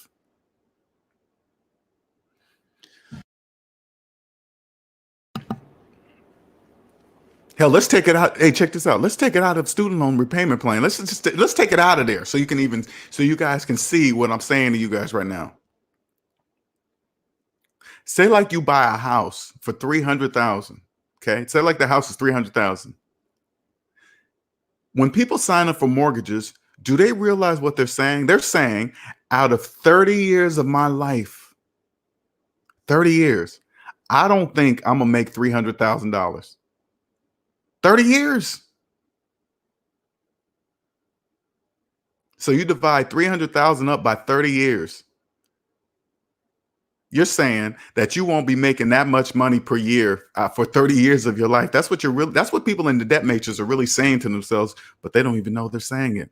That's psychological power to the 10th power, to 100th power. Dave says exactly. She didn't focus on paying back her student loans because that was her only debt at the time. Yeah, see, it's a mindset. She didn't even realize chapter 7 or no, that wasn't her, but all her other debts were paid. She didn't have nothing else. Let me see. Let me make sure I'm saying it. Okay, yeah. Yeah, okay. She didn't realize chapter 7 wiped out every single one of her debts, all gone.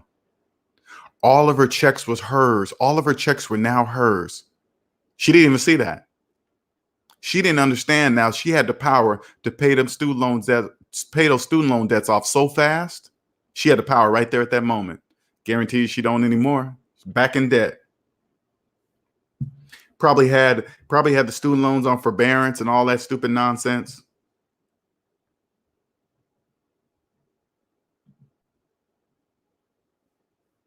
They are part of the debt class, you guys. The debt class exists. There's only 2 classes: the debt class and the non-debt class. That's it. There are no other classes. You get on this side, you'll be more free than you ever have in your entire life. Get out of the debt class. SavingsMinusDebt.com, scrolling along the bottom there. Set up your free 30-minute consultation. I'll free you. Nicer says, I would not dare ask my doctor to see his credit report, but I can tell he genuinely loves his job by the way he cares for his patients and how he interacts with the other clinic staff. Yeah, I mean, what I'm saying, Nicer, is this: you can tell people that love their jobs and what they do. It will naturally come out of them. So you don't really have to even ask for stuff like that, because that is something you can see and feel. I'm just saying like this: you can go to because I've been to some doctor's offices that something was wrong. They didn't even look at you like a person. You know, it's just like you're another person on the list to check off the list of whatever room. You can see that and feel that. Or you can see the doctor that comes in and says, "Hey, I'm a doctor. You're not. So you better listen to everything I'm saying." Those are people that I don't want to be around those kind of doctors. I want to get a doctor that genuinely cares about their patients. Hey, so and so says your name and walks in and talks to you. You can see and feel that. That's a doctor I want.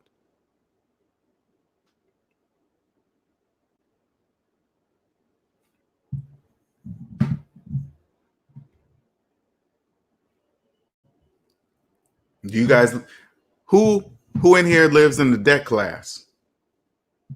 Who in here lives in a debt class? And I want you guys to understand this. SMD family is a place that you can be safe, that you won't be ridiculed by being in debt or saying that you did something stupid and be like, aha, you're a dummy for doing. No, not here. We give you the answers. Oh, you did that? Oh yeah, this is why you don't do that again.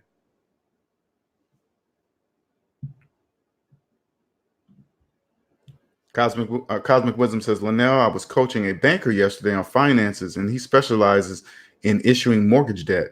You'd be surprised how these bankers have two mortgages, and they should know better. See, and I'm glad you said that, Cosmic Wisdom, because I want people in the room to understand this. It doesn't matter your job title.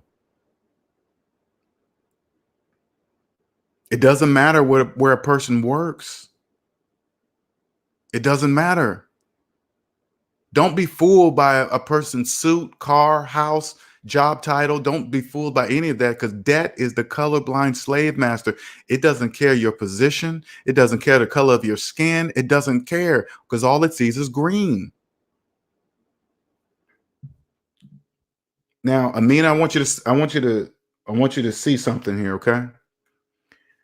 I want you to even see how big of a step that is. Just to say, I'm in the debt class. Don't look at it as a negative thing. I want you to see something, okay? Always look at everything collectively. By you saying that, how many people do you think how many people would dare say what you just did? Not many. Not many. You know why? Because they're in debt.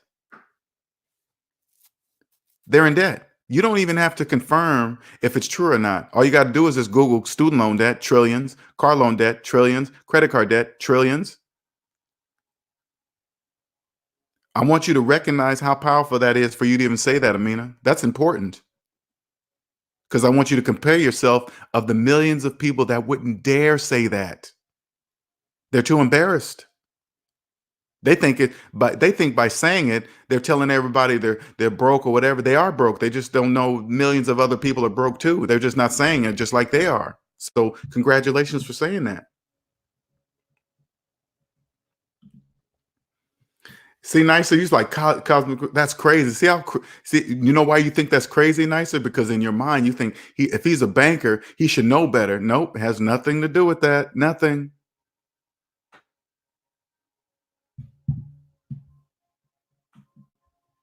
Herbert says, I'm in the debt class until I send that last Fed loan check. See?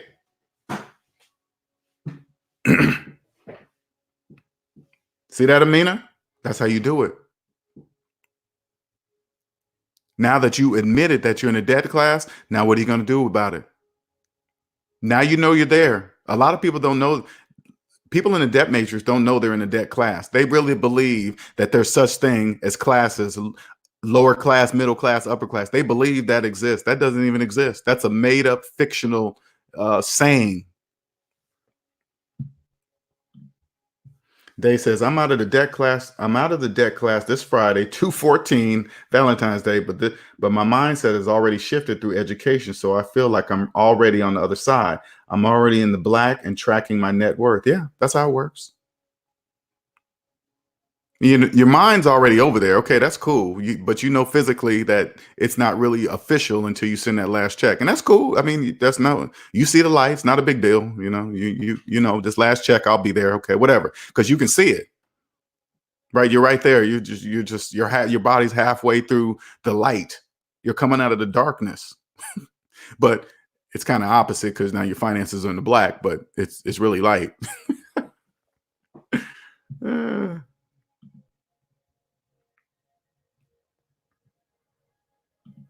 Cosmic Wisdom says, I talk to bankers and accountants all day. Don't be fooled. They are in debt. And you know what's so funny, Cosmic Wisdom? And everybody in this room, listen to this, okay? Accountants go to college to balance books. They go to college to balance numbers so they can balance the books of businesses. There is no reason their personal finances their personal finances should not be balanced. They're trained to do it. Why are accountants in debt? Because it doesn't matter if they're accountants. It doesn't matter. That just blows people's minds. Every accountant that went to college and got a degree in accounting, they should not be in debt. If you have an accountant that's in debt, they're missing a major piece of the puzzle. Phantom income. They're missing it. As a consumer, as a person looking for an accountant, that if I'm getting an accountant, listen, you guys, if I'm hiring an accountant, you better believe the very absolute first question I'm going to ask that accountant, the requirement is I need to see your personal credit report, all three of them. Because if you're in debt, there is no way I'm going to use you. You don't even know you're in debt and you want to do my accounting? No way, Jose, you're not. Why? You're in debt and you don't even know it. You can look at an accountant and say, hey, wait a minute. You know, they train you this in college, right? Yeah. They trained you how to balance books, right? Yeah. Then why are you in debt? Especially if you ask an accountant, if just ask an accountant like this, hey, do you know how much debt you're in? If they guess or if they say, I don't know, you better not use that accountant. You better turn around and go the other way. Amina says, so true. Thanks for the encouragement. You're welcome, Amina. You're welcome. I want you to see what really is on the other side. Look how many people would never admit what you just admitted. They would never admit that they're in a debt class. First of all, they don't even the people in the debt matrix don't even know they're in a debt class. Okay, so you got to give it to them. If they don't know how much debt they're in, they don't know they're in a debt class. So you can't blame them for not knowing. Don't call them stupid. Don't say, hey, they're dumb for not know. It has nothing to do with that either. It has nothing. They just don't know. Cosmic Wisdom says they over leverage themselves. Yep, sure do. Day says, yes, my payment will post at 5 a.m. on Friday. Oh, I remember those days. Man, when I sent in my last student loan payment, I remember I was going every day, refreshing that damn screen on the login of my student loan payment account. I remember I would go there and refresh that screen so I could see that damn zero. I just wanted to see it at zero. Oh my God, I just wanted to see it at zero. That was one of the best, man. That was one of the best days of my life to see that go to zero. And then they send you that letter. They send you that letter and say, hey, as of this date, your account is at zero, man. You want to just frame that letter, man. That baby's up in my cloud. I'm never going to lose that letter.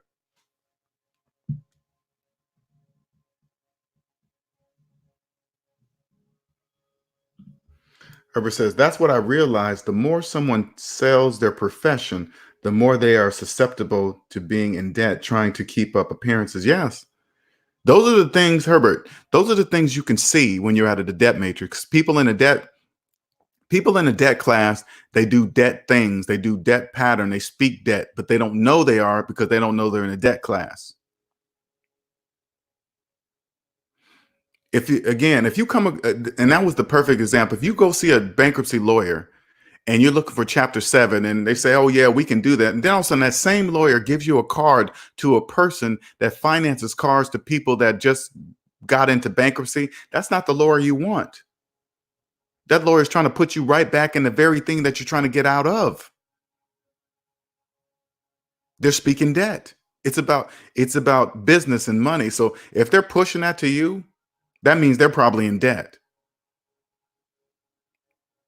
And they're just taking advantage of people that don't know about money. But if that's why I say, if you're going to file Chapter 7, never file 13, file Chapter 7.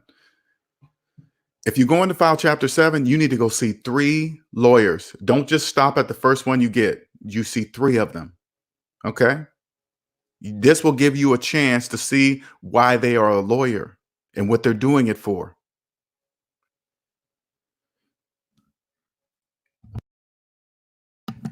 And make sure when you go look for 3 bankruptcy lawyers, make sure you let them know that you're looking at 3 bankruptcy lawyers. Make sure they know they are not the only lawyer that you're considering. Make sure that is crystal clear. And no, you don't need to tell them who the other lawyers you're going to go see. Nope, that's none of their business. Just let them know they are one of 3. That's all they need to know. You make sure that's clear. As soon as you sit down and say, hey, I'm looking for these options. I want to see if Chapter 7 is good for me. And by the way, I'm going to look for 2 more lawyers after you. So that's clear. So they know that you're not buying anything from them today. Nothing. You're not signing up for anything. You're not signing anything. You're saying, after you tell me what I need to know and the price, I'm going to see 2 other bankruptcy lawyers. No, I'm not telling you who they are. I'm just telling you.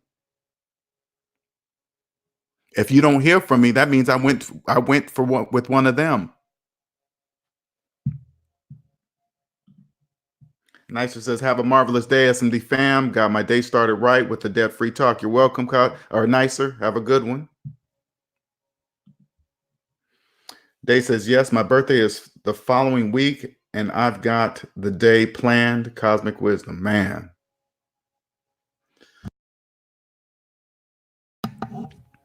How's that feeling, Day?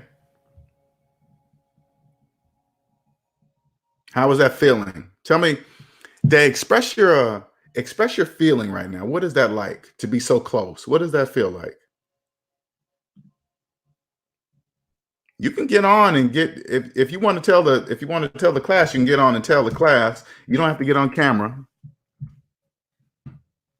So if you want to jump on without and just tell the SMD family what that feels like to be so close to becoming debt free, kind of talk about your experiences, what you've been feeling like, what you've been hearing, how you've been hearing other people talk about debt, et cetera, if you feel like it. No pressure. If you don't want to, it's not a big deal. But it's better, people in the room, they always hear me talk. They already know I'm debt free. Okay. So I want them to hear other real people, no different than like Dave Ramsey's debt free screams.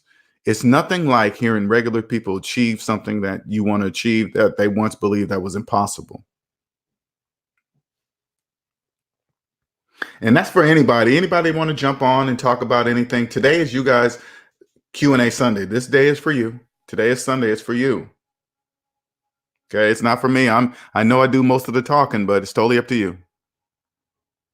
There's the link. I just posted it in there.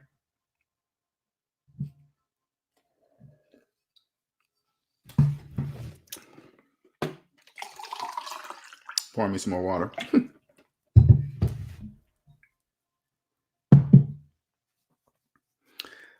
Today is Q&A Sundays. It is designed for people to come in and ask any personal finance question they wish, anything. Don't forget to, people always ask me what my Cash App is, so I'm gonna make sure I post that every now and then for donations. Please don't forget to hit that like button. For those of you that would like to share this channel, this is the easiest way to share it, okay? Just tell them to Google #SavingsMinusDebt. #SavingsMinusDebt. All they have to do is Google that. I will be the only person that comes up in that search result. This will be the easiest way to share the channel, okay?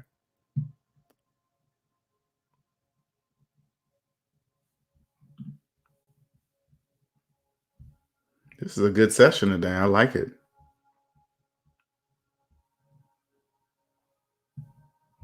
Where did that go? Okay. If you want to join the stream today, there's the stream link. You can jump in anytime. Cosmic says, Linnell, your subscribers are growing. Yes, it is growing. It's slowly but surely. I know, Cosmic Wisdom, we're not in a sexy type of discussion that people like to talk about. So I know it's growing at the rate it's supposed to, according to the topics. You know what I'm saying? Real life topics. And it's important for people I want people to understand, by looking at the amount of subscribers I have, I don't want you to look at it as, wow, it's not really that popular. No, it's not like that. Don't look at it that way, because that's not how I look at it. I want you guys to see how something that can prove, this is a channel that can prove everything it's saying, that how to get out of debt and why, because all the math adds up. But it's not merely that subscribers, because that tells you how many people really understand what I'm saying. Not many. And so when you see the low subscribers, I want you to, it's more to show you guys something, how much room it is over here to be as free as you wish. That's what it is. It's not crowded. It's not crowded. You can come over here, walk around, be you. Nobody's going to jump you thinking you got money and this and that, because you don't really need to do all that. Nobody's stepping on each other. Nobody's trying to cheat another person, because if you try to cheat a certain person, it's obvious. If you come on this side and you start trying to be greedy and you start trying to cheat, it's obvious, because number one, cheaters are doing it for the money. So that's obvious. People scam people. If you just really look at people that financially cheat other people, what are they doing it for? They're doing it for the money. That's why they're doing it. And then if they're doing it for the money, it's obvious for us to see. You know why? Because what they're doing that won't make any mathematical sense.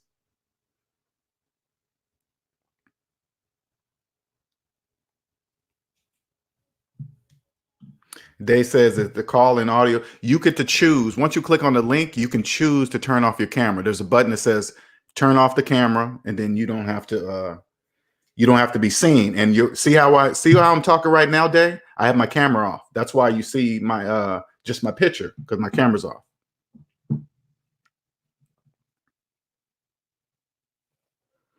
Either one, it doesn't matter. Totally up to you. Don't be nervous.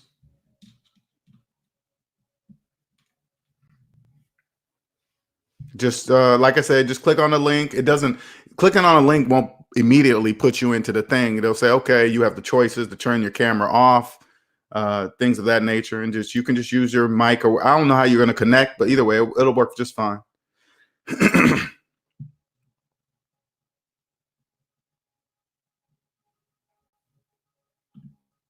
But this goes for anybody. Anybody want to jump in here? I don't want to put the pressure all on Day. It's totally up to you. You can turn your camera off. You can be just like me. See the way I'm talking? You don't see me because my camera's off. That's it. Some days I like being on camera. Other days I don't.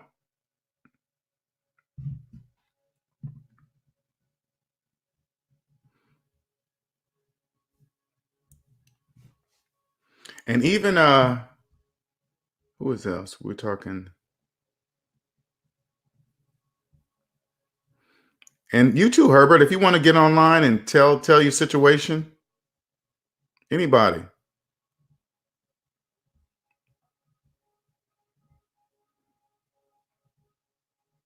Dave, you can too. Anybody can jump in. I want people to hear in the SMD family. I want to hear from real people, man.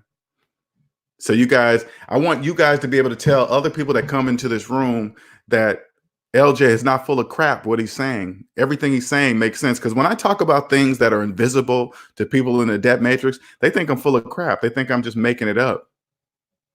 Even though I can prove everything I'm saying, people in debt still believe it's not true. There are no classes, there's only one class, the debt class. When they say on the news, like I said before, when they say on the news that they say, oh man, people barely got $500 savings in their account.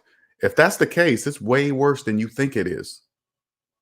Because so-called people that they do believe have $500 in the savings account, 9 times out of 10, they really don't. They're probably deep in debt.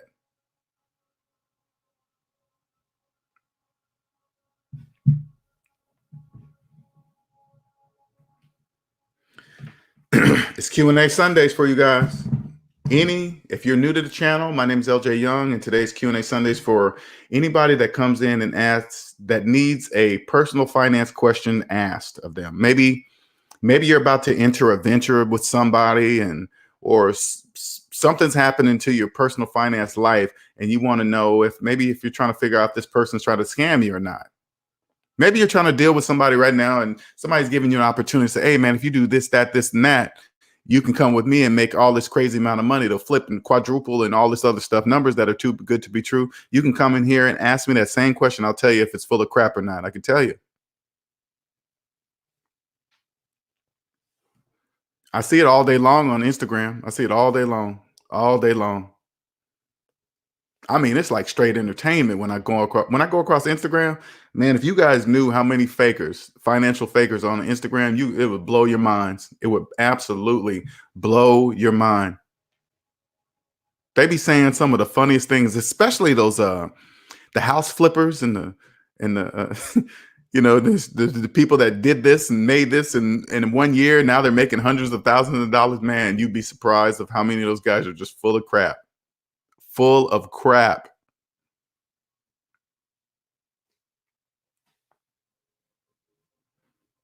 Any other questions today?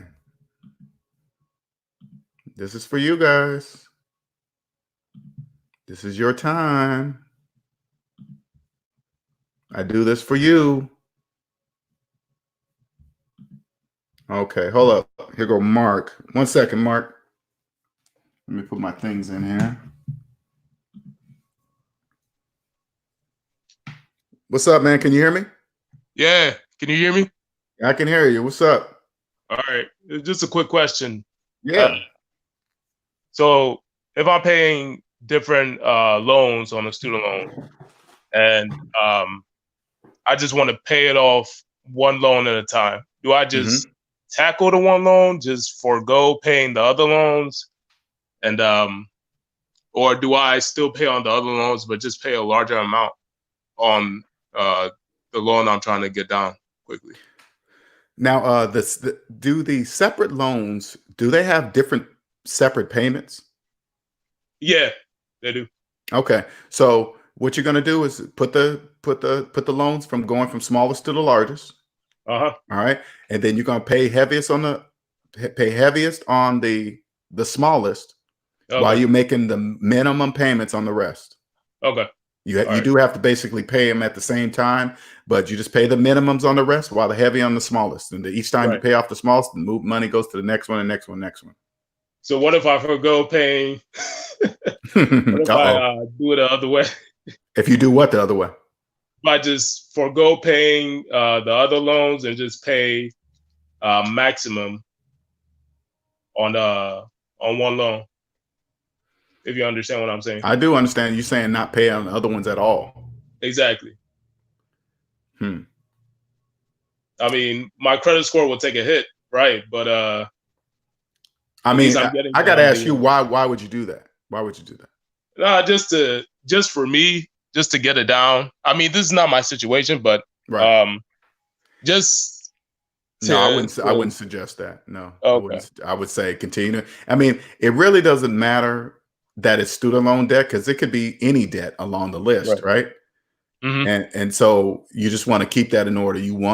Because feeling that is part of the situation, right? Because you're like, man, if I just stop paying on this, I can add more money to that. No, I mean, they actually want you to do that so they can stack penalties and fees on you for doing that, right? It's going to cost you more if you do that. But spending that money heaviest while you're still spending on the rest, that's the pain you need to feel, because it's going to prevent you from ever doing that again. That's all part of the process, man. So no, just do what the plan says. All right. Yeah, no, that'll work. And also just one other question. So I know you said this, we talked about this, you talk about it on the channel often.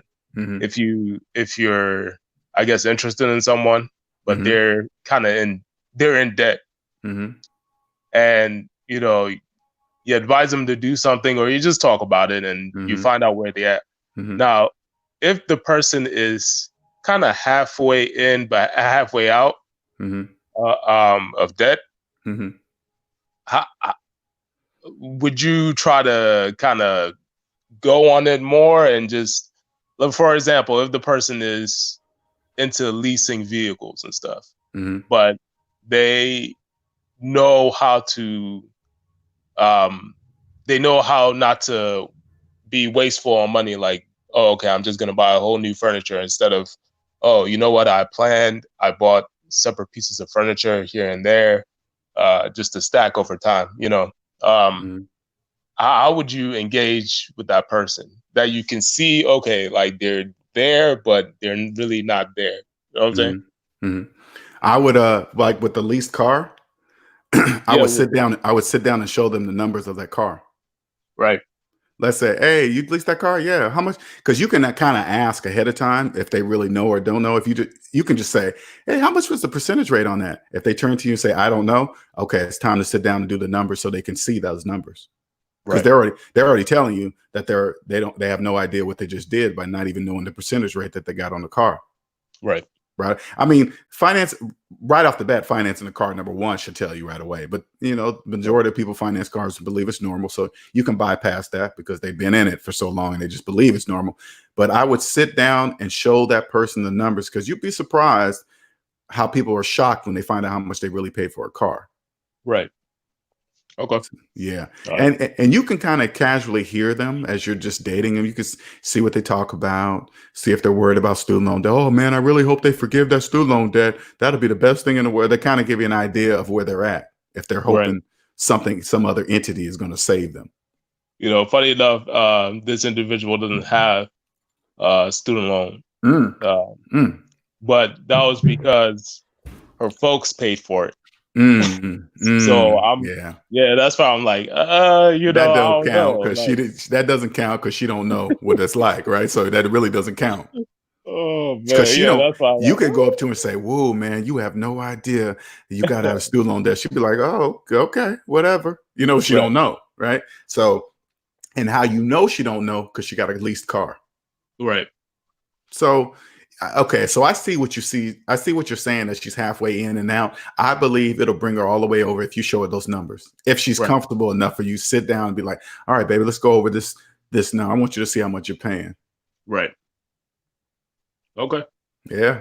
That's a good question, Mark, man. Hey, How's it been? How's it been for you out there? Have you been hearing a lot of debt chatter? I have. How you've been handling? How you just been walking away, or what do you do? Tell me your reactions now. Man, nowadays I just walk away because I already know. I kind of have a feeling like, okay, I'm probably gonna hear this from this person. I'm probably gonna like I was talking about the coworker who didn't want to pay on her student loans. I just kind of assumed, like, if you're talking like this, you're probably not coming back. I mean, it's probably not going to work out. It's not going to work out. Yeah. Okay. No, that's cool, man. That's cool because, I want everybody in the room to see how you no longer get bothered by it anymore. You just, after a while, you just go, okay, people in debt, they're just in debt. You can't do anything about it. So you just got to walk away. Yeah. At this point, I know where I got to be. I have the plan in motion. Let me just finish it. And then, just learn a little bit more about what I want to do afterwards, whilst I'm here. And, that's it. Like, dude, like exactly what Day said, I think, take control of what you have, or of what you can take control of. That's where I'm at. That's cool. And you can see you can now see when I say your financial future is created now, right? It's not even in the future. The future doesn't even exist. It's right now. Exactly. And see, when you're in a debt matrix, you can't see that. Right. See, I think that's the issue. People want to say, "Oh, okay, this is how it's supposed to be done. This is how it's supposed to be," instead of, "Okay, this is what it is." So let me handle what is instead of how it's supposed to be. You don't have to if you don't need a house. I mean, you don't have to get a house. Right. You could get an apartment. You could do this. You could do that. There are things in your control that you can do that would just give you peace of mind. But I don't think people really Here's, you know what's so crazy? I don't know if you heard this one already, Mark. Have you heard somebody in the debt matrix say, "Hey, man, you're only debt free because you don't have a mortgage"? Have you ever heard that before? No, I've but I've heard you could only do this stuff because you don't have a child, You don't or have a child. Oh yeah, something. you don't have a child. You don't have a mortgage. Like they don't know. They're saying something like you. You just want to turn to them and say, "Hey, yeah, you don't have to have a mortgage. Who told you that?" Right. You know? Oh, you ain't got no kids. You don't understand. Okay, all right. If that's what you believe. You know Right. what I'm saying? It's very and you really don't even contradict because you'll be going back and forth forever. That's why you walk away. You'd be like, okay, I'm not arguing with that. No, that'll be Right. forever. So Yeah, that's that's where I kind of was, and I told myself, you know what, you can either go in like with the dating part. I'm definitely gonna. It's always gonna be a recurring issue. Like, look, this is where I'm at. This is where I'm going. You know, if you're in it, that's cool. If you're not, that's cool. But these are going to be the consequences, and just Well, you move got to from there. remember, Mark, you got to remember Yeah. what you have now. You got to remember, you won't even take a woman, it won't even get that far because Mm, you'll know the debt habits well before that even comes close. right. If you get with a woman and she's fine, but you find out she's in collections and debt collectors are after her car keeps getting repossessed, do you really believe you're going to get serious with that woman? No, you're No, not. no, no, no, no, no. Nope. That discussion won't even come up. You won't even be near that discussion. Oh See what I'm man. saying? So Right. you will barely have this type of discussion. You barely Right. have it. Man, Right. had I known this in my 30s, man, I could have saved myself a lot of money and a lot of heartache. You know. A lot of Oh heartache. man. Yeah, Yeah. but that's it for me. But thank you, man. I Yeah. will always thank you, man, because Hey, and I appreciate it, you Mark. know. I see you doing it, man. Because I see you always have questions. That's how I know the people are doing it. You always have questions. So I say, Right. yeah, Mark, and I'm always. That's why I always return your emails, and because I always want to support the people that are actually doing something. Right. Yeah. Hmm. Oh, and I also paid off uh one of my other student loans Oh, just nice, this Friday. So nice. that's out the table. So I've got a few more left. All right. But, How's that feel, man? That gotta feel it, good. it felt good. It felt good. It felt good when I paid for it. uh, Now like the next mindset is, okay, I'm gonna get these tax returns every hmm. single I know I'm gonna get tax returns because I know what I was doing last year. Right. But Put every penny on that debt. So what? it's gonna go right there. And I just Hmm. see it. I'm like, okay, I'm gonna get to zero even more quickly than I Yes. expected to because of I I remember one time, man, for the first time in my life, I remember the last year I worked for my job. I remember we got a bonus every year. And Mhm. for the first time in my life, I took that whole bonus, didn't touch a penny of it. I put it all on debt. Yep. While everybody's talking, hey man, what you gonna do? What you gonna do? What you gonna do with your everybody's around work telling what they're gonna do? I said, Right. I'm gonna just give it all to my debt and paying off my debt. They looked at me like I was nuts. What? I was like, yep, every penny, it's Hey, already gone. I said, it's already right. gone. I haven't got the bonus. They're like, what are you talking about? We haven't got it yet. I said, you guys will never get it. Oh man. Yeah. Yeah. That's basically where I'm at now. So Hmm. I'm just excited. All right, man. All Well, right. congratulations, man. Thanks for keeping up with it, man. I appreciate it. Hey, no And problem. And thank you, thanks for your man. support, man. Thank you for your Hey, support. no worries, man. No worries. All All right, right. yo. Cool. Later. Later. Charles 2003 says, happy Sunday, everyone. What's up? Amina says, haha, I like that. Financial fakers. Oh, yeah, Amina. Financial fakers are easy to spot. People that scam and cheat and steal, their pattern is the things they do will never make financial sense. That's why it's a scam, because it won't make financial sense. Cosmic Wisdom says, man, Linnell, there is a class action lawsuit on some financial scams in my area. Real estate agent offering deals too good to be true. Yeah, it's so easy. All they got to do, like real estate scammers, all they got to do is make a person in debt believe they're about to get something for nothing. All they got to do is make them believe that they will get a whole lot of something without using any money of their own. That's the whole potential of the financial scam. That's it. It just doesn't make any financial sense.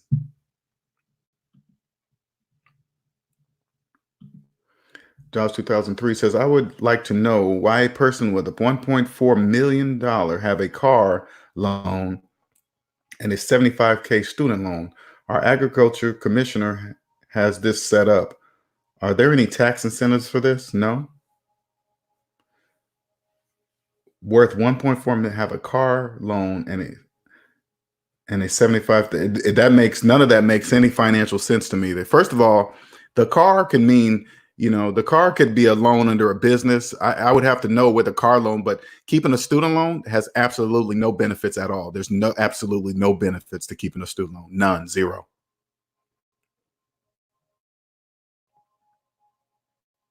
No, there is no there are no tax incentives for that. None. Now, I don't know how they have the car loan. That's one thing I can't see. But student loans, I can see that for sure. That says a lot about the person. You make $1.4 million and you got a $75,000 student loan, that makes absolutely no sense. So something is funny in there that doesn't make sense. He could have assets that produce cash flow to cover his debt payments. Yeah. But still, that's still no excuse. No, I wouldn't even, there was no way I would, if you got to remember this, okay? If you got $75,000 in student loan debt, you probably had that for a while, well before you made the $1.4 million. Because it doesn't make any sense.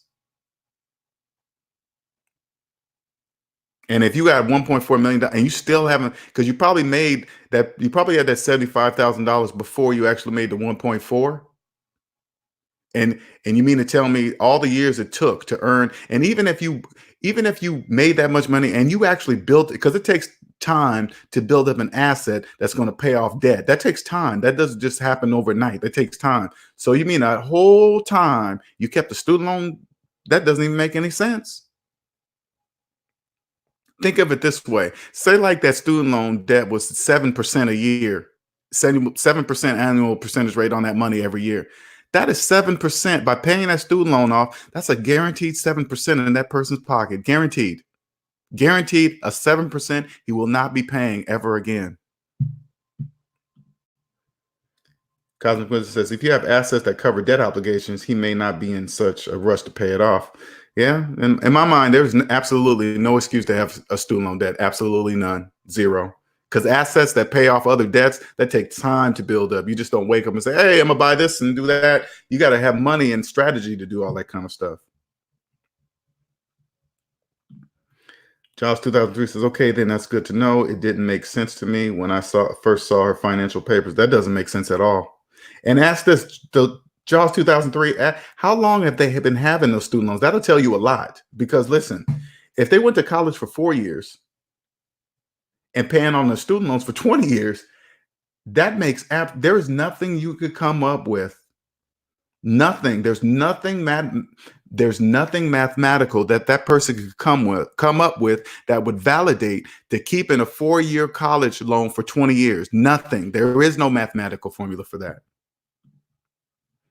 Cosmic Wisdom says, there is a choice. I could pay off my mortgage in 2 years or use that money to buy assets that will pay off in 6 years. And then after 6 years, keep the cash flow and the assets, be debt free on the personal finance while doubling my business income. Wow, that's good to know. I couldn't see Edamame and her doing that. I can see that I could see that with her as she has to, he elected every 4 years to be agricultural commissioner. Purpose is, LJ, have you ever had a debtor tell you they were going to settle a debt, but the reporting agency still reflect the balance? That happened to me with BOA. Yeah. When you do that, you got to make sure when you settle the debt, make sure that's in writing, that they're going to report it to the agency. That's part of the process. You got to say, hey, if I pay this debt off, you're going to make sure it's clear, and to make sure it's cleared on all 3 credit reporting agencies, you got to put that in writing. Because if you don't, now you got to go through the hassle of doing this and that and bloggity blah and all this stupid nonsense. But anyway, yeah, I've seen that. I've heard that happen all the time. R. Carp says there is a lot of income tax ballers walking around here right now. Oh yeah, they balling. They big balling.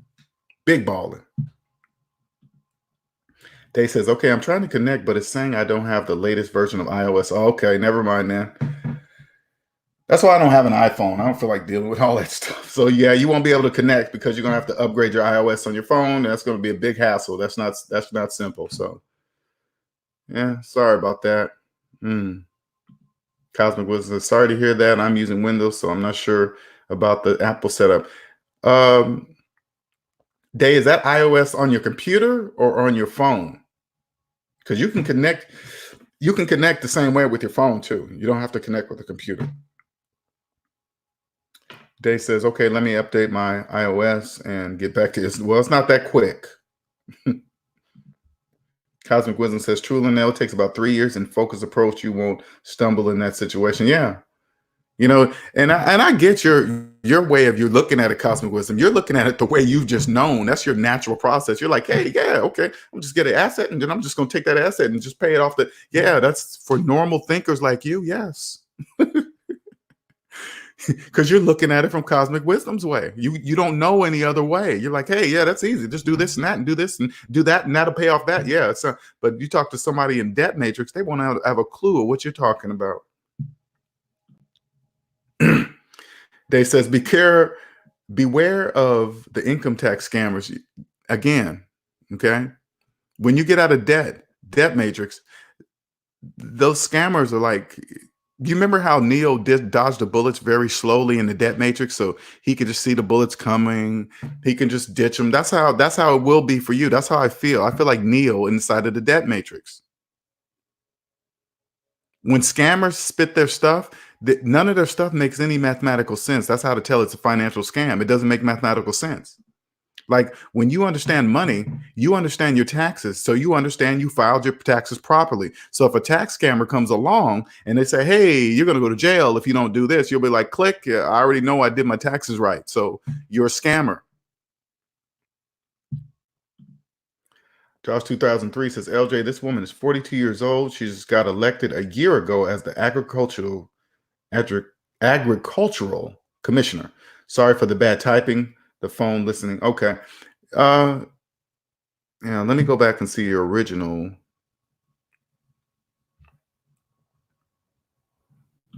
Okay, so yeah, see, that doesn't, none of the, I can tell she's in debt because again, you can just ask her, how long have you kept your student loan? That'll tell you right there. By the answer of how long, don't matter. Don't worry about how much money she makes. Don't worry about that part. Just find out, hey, what year did you graduate college? And then if it was 10, 15, 20 years ago, you got to think to yourself, why would somebody keep a $75,000 student loan for 20 years?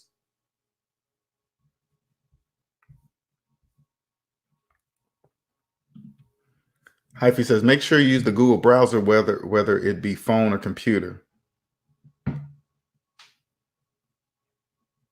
Yeah, it's web-based. You're right, Hyphy. It's web-based. Why is it worried about our iOS? That doesn't make any sense. Yeah, are you using yeah, thank you, Hyphy. Are you using Google? Are you using the Google Chrome browser? Because I'm not sure. Maybe you're trying to open up Safari, and Safari is Apple's browser. Herbert says, when I try to connect, I get the action menu. It says go to channel, report, block. Do I need to certain app? No, just open up the Google browser. Chrome, use Chrome. I think this thing only supports Chrome. I got to go back and ask. I got to go back and look at StreamYard. StreamYard will tell me. I think it only supports Chrome at the moment, but don't quote me on that. I got to go look. So try with Chrome. I use it with Chrome and always work with Chrome.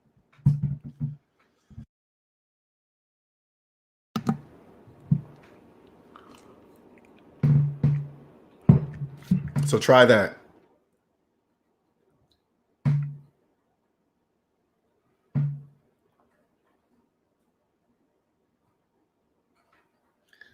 So it's Q&A Sundays. It will go on as long as there are questions. As long as people participate, decide they want to participate in the show, it's totally up to you. so that you guys know, I've reached out to I got some emails from some subscribers suggesting channels I should reach out to do some collaboration. So I've emailed a couple of people and I'm just waiting to hear back from them. I also emailed a couple of people that wanted to do the show. And hey, Hyphy, I got your email, just to let you know. So I just haven't responded to you. I apologize for that. But I did get your email. And make sure if I did, yeah, I have not responded to you. But your date is cool. So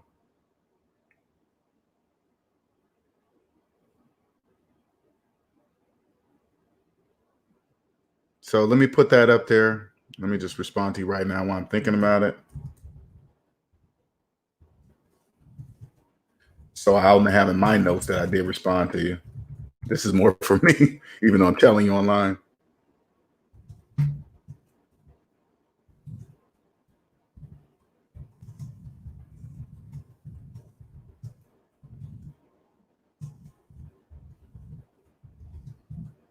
Okay.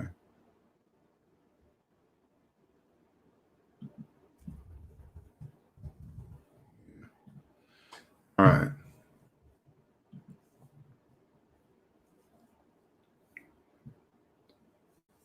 Make sure I put that on the calendar. So yeah, we're going to do that, Hyphy.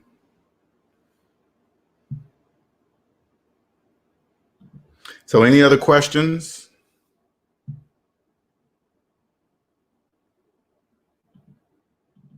Oh, that stays. Okay. I didn't realize that stayed there. Okay. Get rid of that. They must have just did that.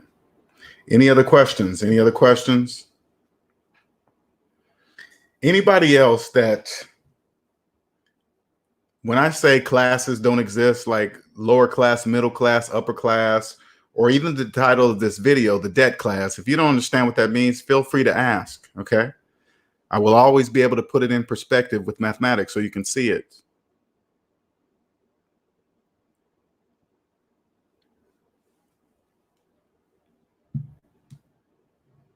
I wish, you know what, Jaws 2003, I wish I could get a hold of a person like that as a client. I wish I could get a hold of a person like that. That'd be so awesome. But usually people in those positions, sometimes they really don't want to hear it.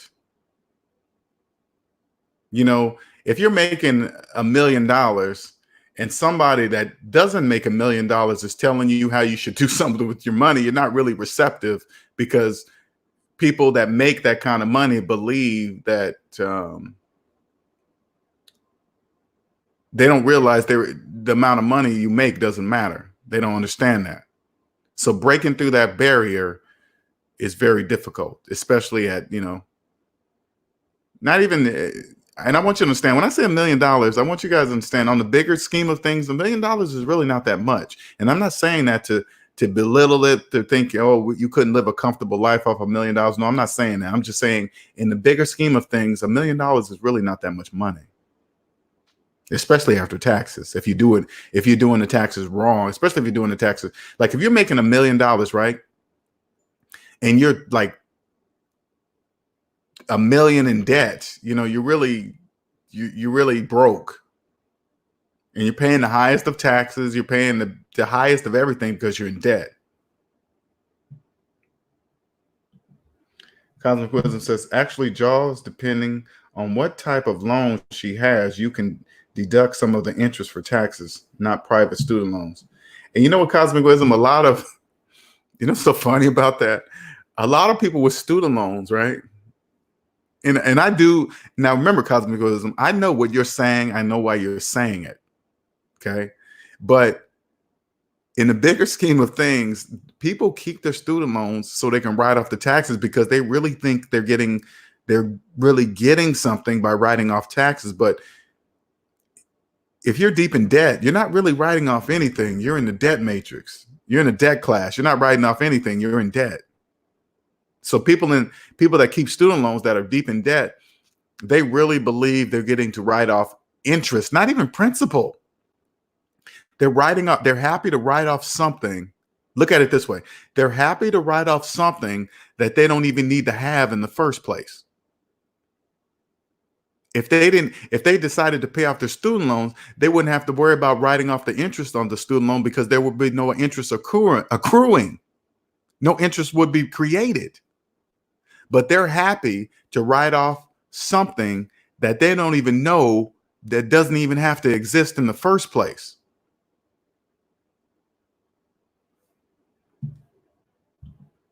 Cosmic says, but that's not the type of loan I would keep around personally. I know that. I know what you, trust me, I know what you're saying, Cosmic Wisdom. It's just, hey, you guys, you know you can save a little dough over here if you just write off the interest. Okay, I get it. I personally get it. But in the bigger scheme of things, they're writing off the interest of something that wouldn't even be there had they paid off their student loans. It just doesn't even make mathematical sense. But yeah, you better believe millions of people keep their student loan and happy to write off the interest on something that they don't even have to have in the first place. That's just nuts to me.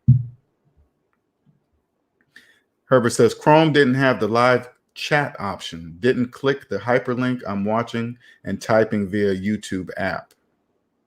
Okay. All right. I'm not sure.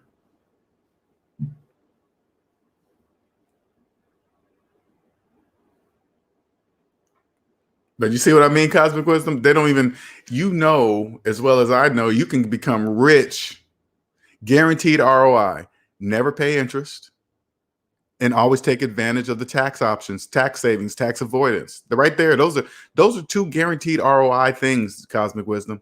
Never paying interest, always earning it, and taking advantage of all tax saving options offered by the government. Every single one of them, every one of them. Pre-tax options, especially pre-tax options are the first ones. That's first, right off the bat. That's guaranteed money right there.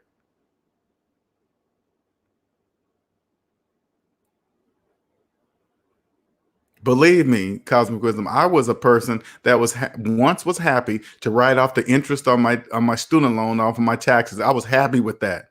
That's insane to me today. Totally insane. That sounds like financial suicide to me.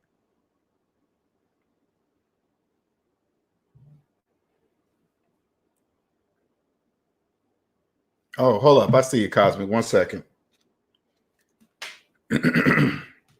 Got to plug my headsets in. Can you hear me? Oh, can you hear me? I'm just testing it out. I noticed a lot of people in the chat couldn't access StreamYard, so I did a test on my phone. It's working. I see you and hear you. For some reason, so I'm sorry you guys are having problems connecting. I wanted to do some live troubleshooting. Okay. So yeah. I don't know. I would never keep student loan debt around because it doesn't appreciate. Right? So if it doesn't appreciate, I'm not keeping debt around. But if it's appreciating, I still aggressively pay down my debt. Like I think I'm in a debt class, but I know where I'm at. But for me, I didn't use all the money the bankers told me I could spend on a house. I wanted it to be very comfortable, and I do extra principal payments so that 30-year mortgage turned into a 12, right? So I'm at the halfway mark right now. So it's okay using debt, but you want to beat the amortization table. Whatever payment they give you and whatever length, you want to beat it. So I like to do whatever they offer. I want to meet it at least half the time. But that's just my stick. If I have that wiggle room to pay that off, then that debt may be too much, and I don't like to be over leveraged because I like my cash to stay home with me versus giving it to the banks. And see, but I guys, think, try. Oh no, go ahead, Catherine. I was going to tell people to try the StreamYard link. You will have to hit the use audio and video, and they'll put you into another room, and you can turn off your camera.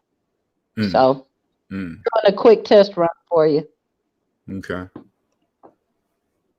Thank you, Cosmic Wisdom. I appreciate that. You were going to say something though. Yeah, I don't like to get used debt where it weighs me down to be a source of anxiety. Right. So it does. It will. Put If you my let own, it. Yeah. So I put my own guardrails up.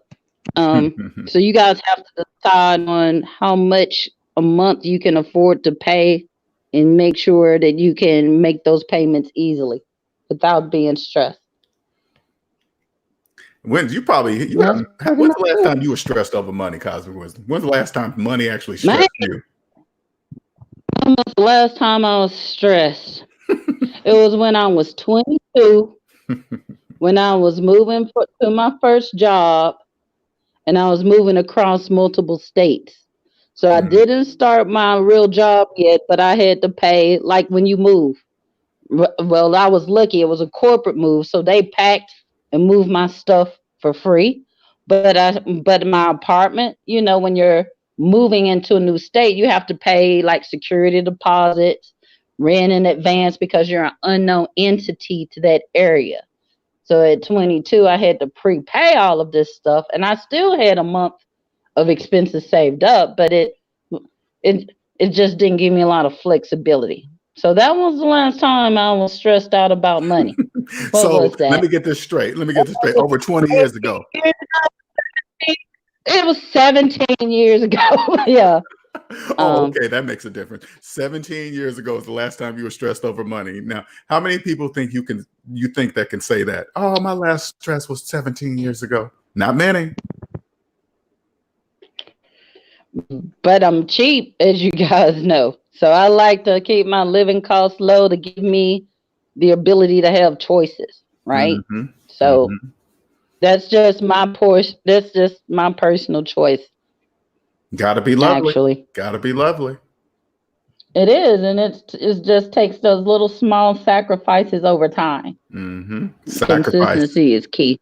And just little shifts. I don't like sacrifice. People don't like sacrifices. Right. But yeah, it is a sacrifice. It may be a little painful depending on how deep in the hole and how aggressively you want to get out. Mm-hmm. Exactly. Right. It's So as worth it long as though. you guys are, it's worth it. You just have to make those changes and be consistent, and in Mm-hmm. time it'll pay off. Like Yep. I'm just now seeing the benefit of all of this now. Mm-hmm. Like as of last year, I'm just now seeing the benefit, and that's when my investments pay me more than what my work paid me. Mm-hmm. So Yeah, see, that was people need really to the understand Cosmic's difference. on a different level. She's doing this It financially took me free. 17 years, though. It took me 17 years of just piling away and living below my means. But I mean, but Cosmic I wish Wisdom, it. you got to start out with the base though. You got your parents to start out with I you the did. base foundation. So it's Okay. basically from almost since birth, really. It was, but I did a lot of odd jobs in college. Like I did job where you would call somebody to cut their hair. I would do that. I Mm-hmm. sold parking spaces in the house we rented for Mm-hmm. football. People going to football games, and that alone paid for 8 months out of our rent for the year, like, Mm-hmm. like 10 months. So I was Mm-hmm. always trying to figure out how can I leverage what I have to produce more cash flow Mm-hmm. and look at my bills of, okay, if I do this cash flow can pay for this bill. Like Linnell, I just bought a stock that pays me a monthly dividend. It pays for my $20 cell phone bill. Mm-hmm. So that every little $20 counts. Like it builds up. I celebrate saving $10. Oh, So that's every little serious bit business will right add. there. That is serious. That's it. I want you guys to, hey, Cosmic Wisdom's on a whole different level. I want you guys to, you come to the table, you got to understand. If you talk to her, you better be debt free, else you're not going to understand a word she's saying. Okay, believe me. I understand the concept of debt, and how to not get over your head. Mm-hmm. If you can pay your bills, and take care of your debt, and you can save, let's say, 40% of your check, you're going to be in a better position than somebody that's barely paying all the bills. Well, So let me ask you something, you see what I'm Cosmic saying? Wisdom. It's a Let me ask you different. something, Cosmic Wisdom. Now, if you come to somebody comes up to you asking for some of that retail knowledge, realtor knowledge that you have right now, right? And you know they're deep into debt.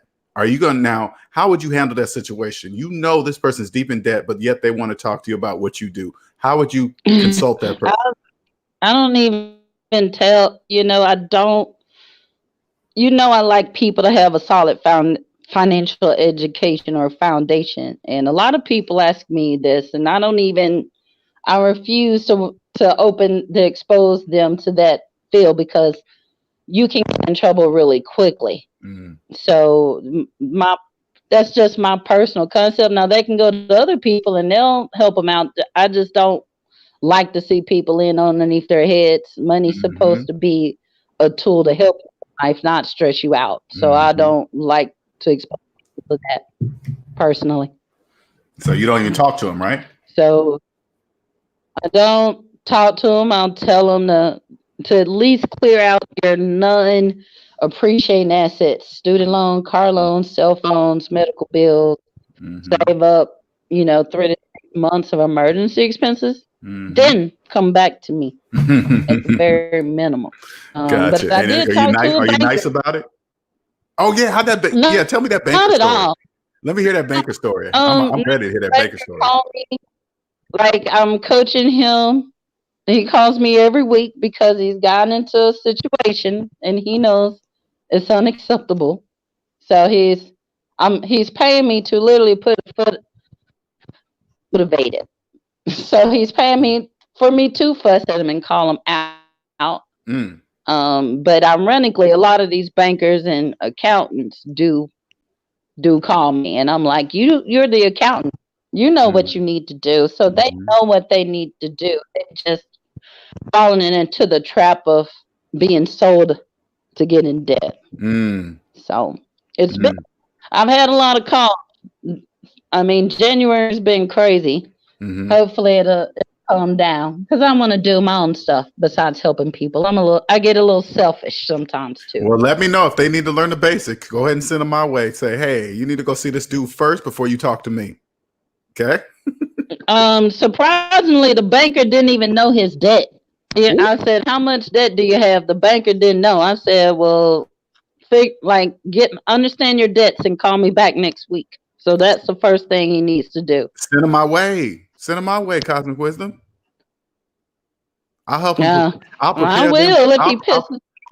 them to talk to you. I'll get them to the level to where you don't have to waste your time talking about this basic nonsense and you get straight into Cosmic Wisdom stuff. Yeah, and that's why he called me, because he wanted to talk about real estate investing. I said, you're not ready, because I see a lot of holes, and I just don't want to do a fellow human being like that. I know where this is going to lead to. Right. They don't know you can see that, though. They don't know you can see that, though, Cosmic Wisdom. They don't know you can see that. I don't know. It's very simple. What Linnell is telling you, it's addition, subtraction, multiplication, and division. Use your cell phones, and the math should let you know whether you're ready or not. So, but with that, I'm actually about to leave. I'm going to look at a house. All right, Cosmic Wisdom. But at least the stream link. So, guys, click on the link in YouTube. Hit the blue button, and in the next window, you can turn off your camera. Okay. Cool. Hopefully, it'll work for you the way it works for me. All right. I appreciate it, Cosmic. Thank you for joining. You have a good day. All right. Have a good one.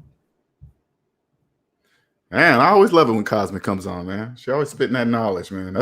I'm telling you, that's the real, hey, when it's time for me to invest in real estate, you better believe I'm calling her up. I'm like, hey, all right, I got some real money. All right, Cosmic, I'm ready. What are the do's and don'ts? All right, she's already been there. She already knows them. Might as well skip some steps and get the knowledge from a debt-free person that has been debt-free since birth, taught by her family.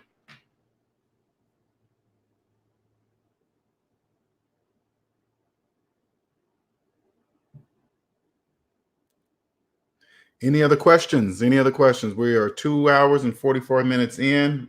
We're going to cut this off at 3. I'm going to give you guys 15 more minutes.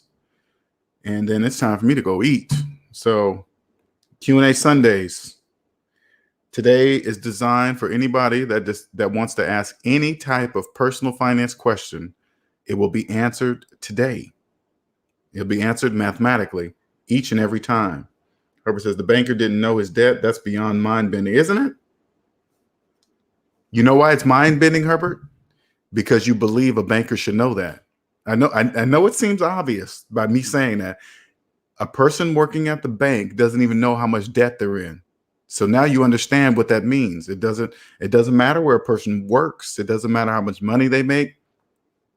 Just because they're working at a bank. If I worked for a bank, it wouldn't be your local bank. It would be a bank in one of those big, gigantic skyscraper banks way at the top floor at some bank. That's where I belong. If a bank would put it this way, I guarantee you, and you guys think I'm joking about this too, I guarantee you, if a banker, and when I say a banker, I know there are different names for these type of people that are way high up there. If they hear the way I speak, I will be a valuable asset to their company. Because they know that I know. What I know is not taught in schools, not at the finest private. I mean, it's probably taught at the finest private schools because people with money pass this type of information down generational. And why waste it on public schools? They need it that's in private schools. I guarantee you this type of information is taught because there needs to be millionaires. There needs to be bosses. There needs to be wealthy people that create what needs to be created, the infrastructure that workers need to be working at. Most people in debt, they don't even see how the whole economy is changing. They don't even see it. Like, here's the new paradigm. It's like the new structure is creating a multi-million-dollar company with no employees at all. That's the new business structure. People don't even see that happening. All you got to do is look, Airbnb, Amazon. They don't even deliver. They don't have any employees delivering their stuff. Not that I know of. The majority of the people are 1099 delivering their stuff. They're hiring postal workers that don't normally work on Sunday. They're hiring them. 1099s. Delivery, food delivery services. All these people are 1099. That means they don't legally have any employees. Can you imagine the savings in that alone? You don't have to provide healthcare insurance. You don't have to provide all this other stuff as a traditional employee. You know how much money you're saving? Oh my God. That's the new business structure. To try to create something with worth millions of dollars with as little employees to keep track of that you need to keep track of. By not having employees, you don't have to worry about lawsuits. You don't have to worry about, I mean, to a point, you know what I'm saying? The employee related lawsuits, because you're not an employee of them. It's just mind blowing. I know once I get to that level, when I see this stuff slowly come to me, man, it has to come in pieces because I know it's gonna blow my mind. But these are just examples. You can see here's Uber, $1 billion company with no employees. Just think about that and say that to yourself. Uber is $1 billion company and they have no employees.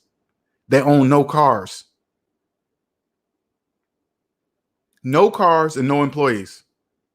And they're worth billions. What's that tell you? That is the ultimate business plan.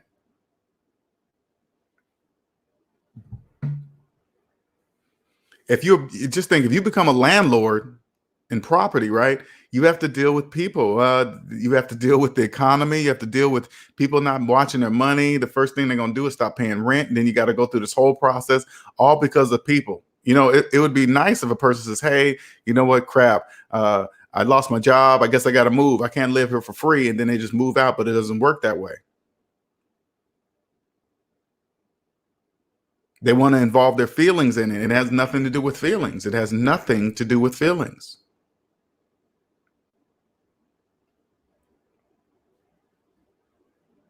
That's why when people, because every now and then I'll hear somebody say they work at a bank and people automatically associate a person that works at a bank. Since they work at a bank, they must understand money because they work at a bank. That's what people in the debt matrix thinks. You'll think the teller does. You'll think the person that's giving you a loan, they understand debt. If they're in debt, they don't understand debt because they're in debt. If they understood debt, they wouldn't be in debt.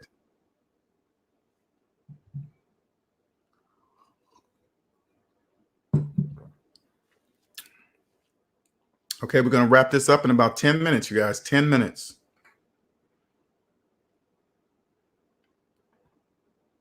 I'll tell my girl, see if she wants to go to our spot today.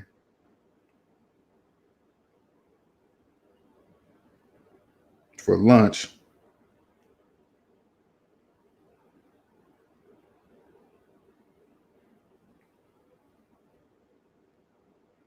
Any other questions? Any other questions? I see. Okay, hold on, Dad. I see you finally getting up in there. 1 second here. Got to put my headsets in. 1 second. I see you. 1 second. Coming up. Coming up. Can you hear me okay? I can hear you. Can you hear me? I can hear you, Dave. Finally got on there. No. Woo, you went through a lot of trouble, but you made it. You're here. You're here. Did. And I'm still on my laptop. My phone is updated, but it didn't work for some reason. Gotcha. But I appreciate you taking the time to jump on. Much thanks. Thank you. Thank you. Absolutely. Okay, go ahead. You can talk. The floor is yours. Okay. So as I was saying earlier, my debt-free day is this Friday. No debt. I'm so excited. Wow. How long is your journey, by the way? How long has it been? I have my spreadsheet, so I'll give you the total. Okay. 29 months, and I paid off $117,467.58. I've been stalking my Excel spreadsheet. Hold up. Tell me that total one more time, so I won't interrupt because I gotta hear it. Sorry, $117,467.58. Like cash paid out over 29 months. Hey, I'm gonna give you a clap for that one. Holy crap. God, that is amazing. When I tell you I'm done, oh my God, I'm so done. I'm so done. I'm ready to do my 403B, my 407, and max those out pre-tax and continue building my wealth. Wow. Congratulations, Dave. Congratulations. Man, now how many people, because I want everybody in here to understand, how many people can you actually tell or celebrate this with? Honestly, no one. You guys on the internet. People who understand, because I talk to my coworkers and they don't get it. Right. So I have to stay in my little bubble and continue to just be quiet, Well, wow. Yeah. Wow. That's and S&B family, I want you guys to listen. This is what it's like to be able to have achieved something, because this is huge, Dave. This is huge, but you can't even hardly tell anybody. You can't even celebrate with anybody because nobody will understand. Except people in this room. Wow. And I'm so glad. Let me just tell you this. I'm so glad I found your channel. Let me tell you how I found your channel. I was on YouTube and I put in the search box. I'm single. So a lot of couples are doing these debt-free payoffs together. And I'm like, okay, I need inspiration for people who are debt-free, single and debt-free. So I typed it in and I kept scrolling down and I found your channel. And then I just started binge watching your videos and I was like, oh my God, this guy, he makes complete sense. Like I'm talking to you, like I talk to the laptop like I'm talking to you in person. I'm like, once I decided to calculate the daily interest, what this thing was costing me per day, I got upset. And I mapped out a plan in Excel per paycheck, what's going out for expenses, what's going out for debt. And I just Oh, you got that detailed. Yep. Wow. Holy crap. So tell me this, what finally woke you up to say, I need to do this? What woke you up? Well, I was telling you earlier in the chat that I'm a money hoarder. So I like to see the money in my savings account grow, but then the interest was growing as well on my debt. So I said, this money does not belong to me. I have to give up this money. It doesn't belong to me. Did you come up with that on your own? Did it just pop? I watched a lot of like financial people on YouTube, like Dave Ramsey and those guys, and I agree with some of his stuff, but not everything. So I kind of picked out what would work for my situation and live below my means. You know, I'm in a big city, and people here complain about their payments and their debts, but you can live below your means, but you have to stop thinking about what other people are, you know, how they're living and what they're spending. Now, if you don't mind me, what state do you live in? I'm in New York, so I'm in New York City. Now, tell me. Okay, great. I'm glad because I want now that you're debt free, okay, or soon to be, right? As of Friday, 5 o'clock. Friday. I mean, you can already see it. All right, so it's already there. Already see it, How does it feel? Does it feel differently living in New York now? Does it seem as expensive as it once did before? Yes. So my biggest expense is my rent, but even then I pay below what people are paying, and I'm in a nice, safe neighborhood, and you just have to really dig for the gems. So I had moved recently, and that's kind of what some of that money went away from debt and toward my apartment. But, you know, I'm renting and I've got everything like under control, stabilized. And yeah, it's just people have to look at the numbers. It's like what you said, you know, the math does not lie. Your emotions will lie to you, but the math is the truth. Now, this is what I want you to do. Once you now you have like a yearly lease or something like that? I have a 2-year lease, so the rent is locked in for 2 years. Okay, so next time when it comes up, now you got 2 years, your money's going to stack. So next time that if you decide to release or whatever, you know, re-sign the lease, this is what I want you to say to your landlord. Hey, if I pay you 2 years up front, can you give me 2 months off, 3 months off? Oh, I love that idea. You know what I'm saying? I guarantee you they won't turn you down. And guess what? If they give you that, you just saved that much more per year than the people in your whole complex that can't afford to do that. You think they're going to turn you down if you say, I'll give you the 2 years up front as long as I can get 2 months off, 3 months off, whatever you come up with a discussion. Anything off is worth the time and money because you're going to be there anyway. You have the money to do it and you get that many months off. They're not going to turn you down. That's a good idea because they get money up front. That's very smart. Let me ask you a question. Since I'm gonna probably go crazy and max out, you know, the 19,500 for the 457 and 403B, that's gonna make my net take home less. That's gonna make your gross take home less. Sorry, make my gross taxable rate lower. Lower, correct. So I'll have less money to take home, but it's gonna take me longer to rebuild my like emergency fund. Well, because now this is what I do before you max out, build your emergency fund first. Okay. Yeah. Build your emergency fund. Yeah, I'm sorry. Build your emergency fund first and then max out the others. So it's this way you'll start to understand. Once you do that, you'll understand phantom income. And with phantom income is this. You're going to be doing something with your taxes that the majority of people cannot do or see. Okay. So when you max out these things, not only are you maxing out your retirement, you're saving on tax income by dropping yourself in the tax bracket. So if there's somebody else working at the same place you work at, making the exact amount of money as you make, they can't lower themselves in their tax bracket because they can't afford to, because they're in debt, but you can. So people in debt first of all, they can't even afford to max out their retirement. They can't afford it. So if they can't afford to max out the retirement, they also cannot afford to get the tax savings. That makes sense. So because I definitely want to hit the $39,000 this year because it's $19,500 each that I can do with my employer. And then I also do the Roth IRA. I've been contributing to that, but that's just been $500 per month. So I do the $6,000, max that out. Gotcha. And do you get an HSA too? Do you have an HSA? No, we don't have an HSA. That's all right. You're debt free. You can max out. You're about to do two things because this is all you got to do to see if you're on the right track with finances. Ask any of your friends and family. Hey, when's the last time you maxed out your 401k or your 403b? Guarantee none of them will say yes. None of them. Right, exactly. And in my position, we also have a pension as well. So I'm going to do pension, the 403, the 457, and a Roth. So I don't want to work the rest of my life. So I want to definitely set myself up now to have a good foundation. Well, this is what's going to also naturally happen. This is going to happen too. You're going to, once you start getting comfortable, it's going to happen after you create your emergency fund, because when you're out of debt, you're not going to look at an emergency fund like you have right now because you're going to always have money. So the thought of having an emergency fund is not going to be there because you're going to always have money. So you're never going to really think like that anymore. Right. See what I'm saying? So, and then living in New York, when you get, if you pay out your 2 years leases and they give you 2 months free, living in New York is going to be cheaper for you because you're not paying what everybody else in the area is paying. See what I'm saying?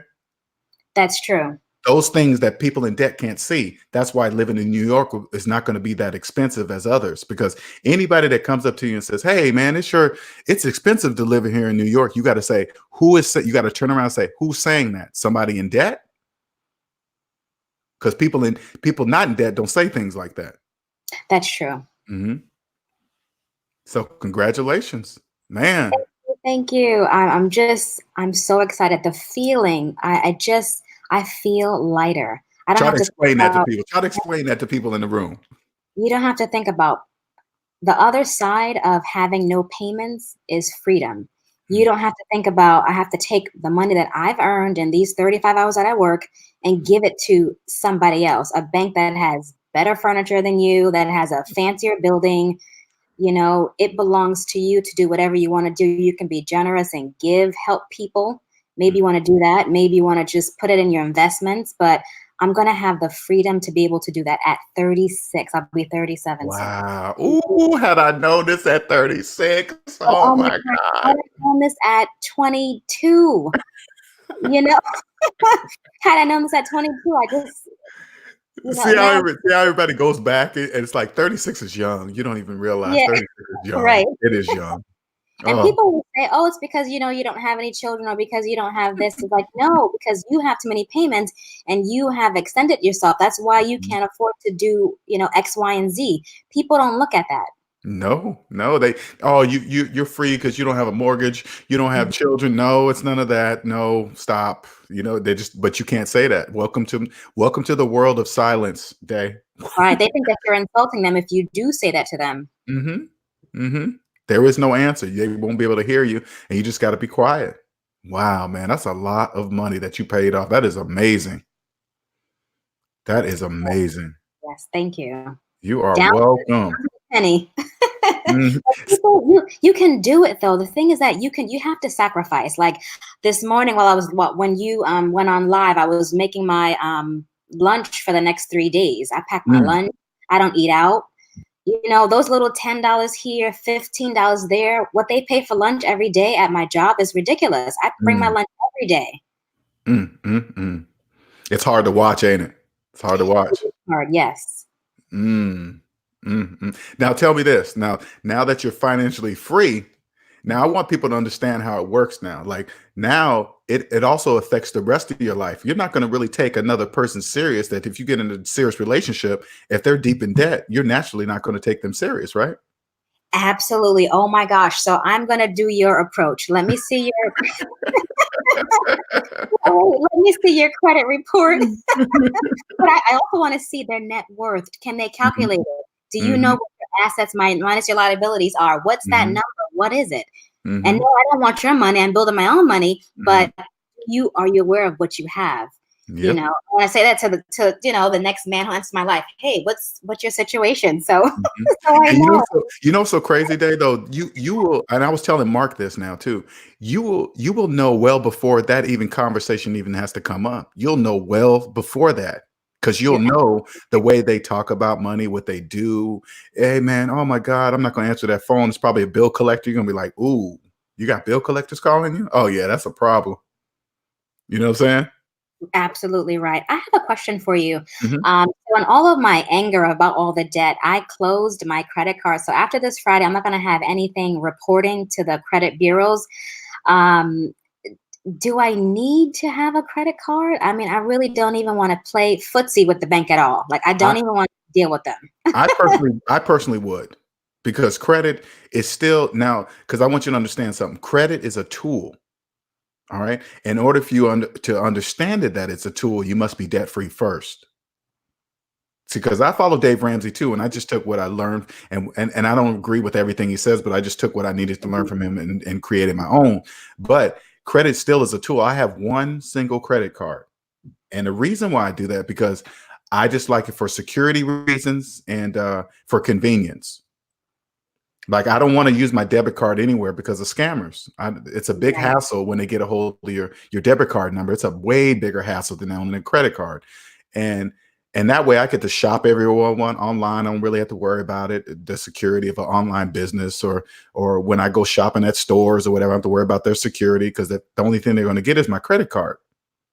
And if they get it, I just close it. It's done in like 5-10 minutes. They send me a new card, credit my account, and it's not that fast with your debit card. Okay, understood. Plus I get, but look at it this way.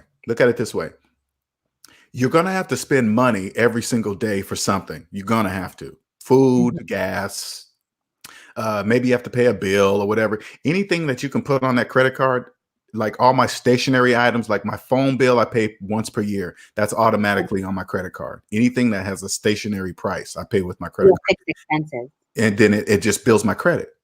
Anything that has a constant price, I don't have to worry about it changing without me needing to look at it. You know what I'm saying? Okay. So that's what I do. And it helps build my credit. So when it's time for you to open a business, they're going to look at, see how you're doing with your personal finances. And then once they see, go ahead. Oh, no, I understand. I'm listening. Yes. Yeah. So once they see, because I promise you, the bank's going to look at you different. When you walk in and say, hey, I need a loan, and they run your credit and see you have money and no debt, they're not going to insult you with anything less than the best. Okay, understood. How do you get past the point of, so for me, I'm done with debt, but how do you get past, I know with business, debt is considered, you see it differently, but Correct. How do you get past that hurdle of, okay, business debt's over here and then personal debt is over there? When you, that's a good question. I'm glad you asked, because once you build up your emergency fund, right? And the best way I can describe it is this: once you max out your pre-tax retirement things, you're going to see, because right now you're thinking, damn, if I put all that money in there, I'm going to have less money here, right? Because that's what it looks like on the outside. But when you see how it really, really works, you're going to take this knowledge, because what this knowledge is doing is it's teaching you right now how to treat your personal finances like a business. Okay. It's practice. So once you learn and see the difference with you maxing out these things, and you're going to see, oh my God, I really do have more money because I'm lowering the tax bracket and the majority of people can't see it. You're going to take those habits over to the business side, because it's going to be like 100 times the scale. Because there's way more tax options on the business side. Your tax different. There's different tax benefits and vehicles over there, but you have to be debt free to even see them. Okay. That completely makes sense. And so look at it this way: it's like baby steps. Okay, let me see what happens when I max out my 401k. Let me see what happens. Yeah, I see I put $2,000. I mean, I put $19,500 in the 401k. Yes, it's growing. Yes, I'm getting the match, but then the real money is the tax savings. Okay, understood. With my employer, there is no match because my primary retirement is the pension. So I'm doing these things to supplement the main pension plan. Yeah, don't even worry about the match, because the match is, look at the match as it's more for bait for people to get in, for the people in debt to believe that they're getting a match. Because people in debt are not matching anything. They just believe they are. The real savings is the taxes. It's not the match. The match is just the frosting, or because people in debt believe they're contributing money that doesn't exist. They're in debt. So they believe they're matching something, but they're not. Right. I've decided to change my outlook on work. I'm going to use my benefits that I have, all these pre-tax savings, and max everything out. And like what you said, take the emotion out. It's just work. I'm only there this many hours a week, get my business done, and then go. That's what's naturally going to happen to you, Dave. Right. You probably already noticed that. You probably noticed some things at work. You're like, wait a minute. If I do that, that means I'm working for free. Why are you calling me after hours? You know I'm off work. Why are you calling me? Why are you reaching out to me with a text when you're not at work? You'd be like, oh, none of that's allowed. You can't do that. That means I'm giving away the time of my life for free. You're going to stop all that. Oh, people know that. I only have 6 people at work have my number. I know which 6. So if more than one person has that number, then I know who gave it to whom. I don't do free work. I don't check emails. When I'm in the office, I'm there. When I leave, I'm not there. Don't text me. Don't call me. If I'm not there, then See, and don't only even people that are financially free do that. It's a switch. You turn the switch on, I'm at work 35 hours a week, and then off, and I'm at home, or elsewhere. Mhm. That's it. And this is another thing that's going to happen, Dave. Once you get your emergency fund stacked and you see the money that you're going to be, because you're going to be earning a lot of phantom income. It's called phantom income. When you look up phantom income on YouTube, like Robert Kiyosaki, they'll teach you what it means so you can understand it.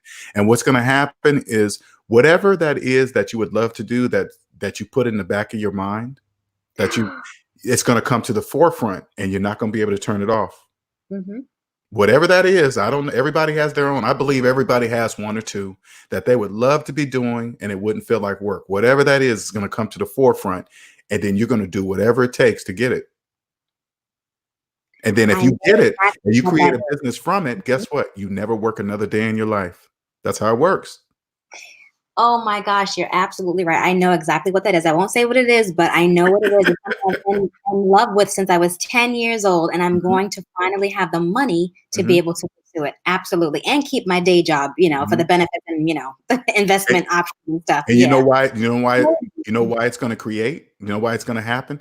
Because you're going into it not having to worry about the money. You don't have to worry about if what I'm going to do is going to make enough money to support my life. No, that's already taken care of. You're out of debt. So you got money stacked. So now you can immerse yourself into whatever that dream is, not worrying about the money. That's how it works. Yes, I'm so excited. Yes, yes. Nobody's going to understand you, Dave. You're going to be an alien. Well, people always say to me, why are you so happy? I'm just thinking like, oh my gosh, if only you knew. I'm generally a joyful person, but what they see is the peace. That's the peace that you can't buy. You have to work hard, and you have to work toward that peace. And a lot of people, that peace is taken when they have payments, when they have stress, when they have debt. Not me. They don't even, and they will never know what that peace is like. They will never know. Yeah. And that's the sad part. It's what? That's the sad part. It is. It is, because now that you have found that peace, Dave, you want to tell your loved ones so bad. You just want to tell them. You're like, hey, check this out. You can be free. Look how happy I am. Look. I can show you how. And they're not even going to be here. That's going to be a hard part to deal with. That's very difficult. I agree. I have a cousin who knows that I'm on the debt-free path, and she had the nerve to ask me, oh, could you put me on one of your accounts so that I can have I just said, I called my mom. I said, this is what so-and-so's doing. And she's just like, what is wrong with her? I was like, no, just because you don't have your stuff together. Like, instead of you asking me, hey, how are you doing this? No, this is the same cousin who said, oh, I don't want to work. So I just said, okay. See, there it goes. Okay. And be quiet and debt free, because people who if you don't have plans for your money, I found that with family, they won't have plans for your money. Family sometimes doesn't respect boundaries, and you have to really set those boundaries in stone and don't move the line. Keep it there, and they can't go past that line. And you got to mean it. I mean, you got think about it this way. Now you've done the sacrifice, what it took to get out of debt. There is nothing on earth except for a natural disaster that will ever push you back in debt, right? True. And even then I would find a way. Even then, it'd be like, I know a tornado wiped out my home, but I'm not going back in debt to fix it. So I'm gonna have to figure this out. No, absolutely. And I'm fine renting. People, they kind of say, oh, but you're renting. So I know what I'm renting. I'm not renting a mortgage, but I'm renting my peace of mind. And you know what's crazy, Dave? This is what, now that you're out of debt, you understand that renting, you got to live somewhere else. So you got to rent, right? But people that tell you, oh, you're renting, they feel sad for you. People in debt don't even realize they have no choice but to rent. They have no money. They're just renting from the bank. That's absolutely true. They don't know that, though. They don't know they're renting from the bank. They really believe they are homeowners. And because you don't have a mortgage, you're renting and you're losing money. They don't even know that. But what I'm doing, what people who are debt free and renting doing, is they're building peace of mind. These are things you can't put that on your spreadsheet, on your balance sheet. You can't put those things there. Keep stuff on your side of the ledger That's Mhm. that's the key. Keep it on your side so that it benefits you at least financially. Mhm. Yeah. Once you when you keep doing the process that you're doing, keep doing. Okay, go ahead and build up your emergency fund. I need you to max out those pre-tax options so you can actually feel what I'm saying. So once you understand how that works, what you're going to do, this is how you buy your first house. Go find a house, a foreclosure, tax lien, because remember, there are millions of people out there that believe they're homeowners. Okay, there are millions out there. So that means, what this means is that you're not you know something that they don't know. As long as there are millions of people that believe they're homeowners, housing market prices will no longer matter to you, no matter where you live. Doesn't matter. So you look for tax liens, foreclosures. There's going to be a tons of them. Okay, create a business or something, and put that house under the rental business, whatever. Make sure that house is classified as a rental under the IRS guidelines. Follow all the rules. Don't break any tax rules. None of them. Follow all the rules.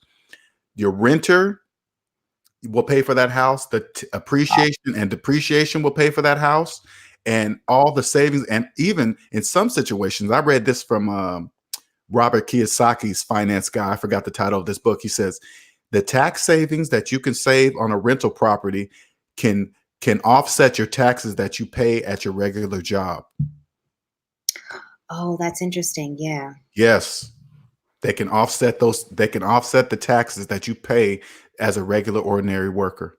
You got to get that book. I'll find that book, but it's Robert Kiyosaki's tax guy. He said this in that book. Okay. That blew me away. I was like, holy crap. You can have a house paid off in like 7, and even less than that if you get it as a tax lien or foreclosure. Right. I want to wait until things go on sale. I know that sounds, I don't know what's happening with the economy, but I want to wait until things go on sale and then see. You know what? Will, You know what, Day? You know when they're going on sale? When the economy crash hits. That's your sale price now because you're debt free. So save your dough, save it up, stack it up in the bank. And then when the economy crash happens, you can get 3 houses for the price of 1. That's your sale price. Right, exactly.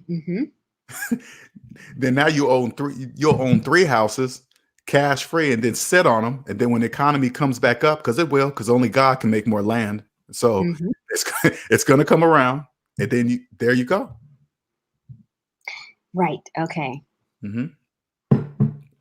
One is coming. Economy crash is coming. I can see it. It's coming. And I'll just wait patiently right there on the side and then just be debt free and just look at other people's stories at work and just shake my head like, hey, I tried to tell you, but okay. Economy crashes, I think, purposely on the bigger scheme of things, I think it needs to happen because it weeds out all the fakers. Economy crashes it'll clear out all the people pretending to have money. That way the people with real money can see who really has money and who doesn't. And then you just come in and get 3 houses for the price of 1. Right. There's that correction. And that has to take place. It has to take place. It has to. Every now and then. Because it gets stacked up from all these people faking and pretending to have money. Economy crashes, wipes all those guys out. And then you say, oh, okay. That's the true price of houses. Oh, that's how many houses are available in my neighborhood. Oh, okay. And then you just buy them up. Right. That's a good idea. And you can only see this by what you've achieved by paying off $100-something thousand in debt. Day. Congratulations. 17 and change. I am so. She says, don't forget that change. That's how you know. That's how you know the people are serious, when they know it down to the penny. That's how I know. If you ask someone what their daily interest rate is, first of all, they have to know how to calculate it. And second of all, they have to know their interest rate to actually get that number. Is it costing you $10 a day? Like right now, my current daily interest rate is 65 cents between my payment on the 1st and the 14th. So 65 cents a day, this little balance is costing me. This $22.50 plus interest. People don't know that. Is that the student loan? No, this is a personal loan. Gotcha. Oh, that you calculated. Oh, okay. I got you. I got you. The daily interest rate, and now it got down from $4.03 to 65 cents. That's how you know I'm serious. Wow, I never actually did that. I never. That's pretty. Is that simple interest or is that Amortization? What is that? It's daily interest. I guess Is it daily? it comes per day. It was $4 and now it's 65 cents. Wow. Wow. I want you to, I can't wait. When you pay off that loan, I want you to describe the feeling of the next check when it comes in and you don't owe anybody. Next time I want you to come back on and describe to the people that kind of feeling. I will. I try to catch all of your lives. Now I have the bell notification thing on. Before I didn't Okay. have it. I was missing some of them. Gotcha. Mhm. Now I want people to understand a feeling that can only be described by someone that actually does it. That's important. I'm gonna wake up on Friday and scream I'm debt free. I don't care that it's 5 o'clock in the morning. My neighbors will just have to deal with it. Woo, that is, oh my God, that is amazing, man. That is so amazing. Congratulations. Thank you so much. Thank you. And Man. then for your channel, just keep doing what you're doing. You are getting through to a lot of people. Like your channel should be way bigger than what it is, but it will be in time. So keep doing what you're doing because what you're preaching, it absolutely is 100% true. What you're Thank you, saying. Dave.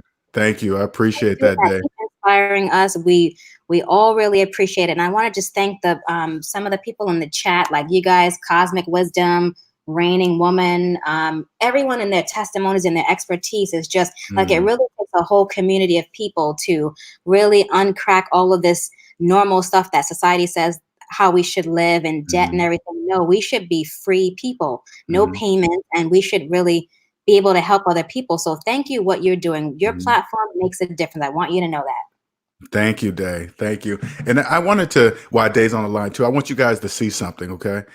I want you to see, now that you're over here, Dave, you see how free it is? It's not even crowded. Notice how it's not crowded. Notice how you don't There's even no really, noise. huh? There's no noise over here. There's no noise. That's a good, there's no noise because you don't hear people in debt anymore. You don't hear them chit chat anymore, right? So when you look at the amount of subscribers of this channel, I want you guys to see, yes, it's low, but I always also want you guys to see and understand how much room it is over here. It's not noisy. You know, we don't have many trolls come in the room because they don't really understand. Trolls, 9 times out of 10, trolls are in debt too. So they come over here. There's really nothing to talk about. You know, like, whatever, there's nobody here. So they'll just leave it alone. There's so much room over here. No noise. I mean, I'm not saying I don't want the channel to grow. Don't get me wrong, but I want you guys to see something too. Hear that excitement in Dave's voice. That's amazing. I'm like smiling on the inside and the outside. I'm so excited. I can feel it. I can feel your smile. I can feel it because I know what that's like, man. That's amazing. Wow. Wow. Thank you. And thank you for your support, Dave. I appreciate that. Much appreciated. Absolutely. Thank you so much. Thank you. All right. Remember, I want you back on when you get that first check that with no debt. I want people to feel that too. I've already got that next check planned out. I'm that type of person. Everything's you got every penny. You got every penny of that check planned out right, already. every penny, right? Exactly. Yep. Wow. Hey, check this out too. I'm gonna give you a heads up too to see if it actually happens. When you do the when you max out your retirement stuff, is that online? Do you go up there and move a bar or something like that? Is there some kind of application? I have to go to the benefits person and do it in person. Okay. At my job. Yeah, it's a paper form. You have to fill it out and then just give it to the benefits person. Gotcha. Okay, this is what I want you to be ready for. They're gonna think that you're making a mistake. Okay. Now now everybody in the room, now listen, I'm telling you something that's before it's gonna happen. When she goes out, especially if she goes out and says, I'm maxing out both of these, they're gonna think she's making a mistake because they're gonna say, hey, you know how much money that's gonna take out of your check? They're not gonna get it. Now I'm saying this beforehand, Dave. I want you to do what do they call it? Deja vu. I'm gonna tell you something that's deja vu before it happened. Right. And then I want you to say, no, it's not a mistake. Yes, I do know how much is going to come out per check. And yes, I want you to do it. Exactly right. Yep. Wow. Okay. Yep. Absolutely. All right. Thank you, Dave. Thank you for jumping on. Thank you so much. Thank you for your platform. Thanks for your help. Of course. Thank you. Bye-bye. Okay. Bye. Wow. That was good. I like that. That was awesome. That was an awesome interview. Here we are, 3.5 hours in. I didn't even realize. Woo. Oh my goodness. We are 3.5 hours in. The banker didn't know this. Okay, let me see. Amina's congratulations. Everybody saying congratulations. Congratulations today. Life for business, damn. Now the cool thing is she should be able to save that much with ease. Oh yeah, life for business, her money's gonna stack. Right now, when you come out of the debt matrix, you say things like oh, emergency funds and all this other stuff. But by getting out of debt, you averted all emergencies. So you won't even use words like statements like emergency funds, stuff like that. It'll be automatic. You won't say things like that anymore. Everybody. Yep, right there. Hey, Cosmic Wisdom, you're right. True inspiration story. You could actually feel the smile on Day's face as she's telling the story. You could feel it. You could feel the energy. Oh my God, I'm so excited. You would swear it was Christmas right now, but this is a Christmas that's going to last the rest of her life. This is going to be a Christmas that's never going to end. It never ends. NC Big says, Cosmic Wisdom, I'm calling you once I'm ready. Oh yeah. And trust me, NC Big, she's going to know that you're ready when you do call her too.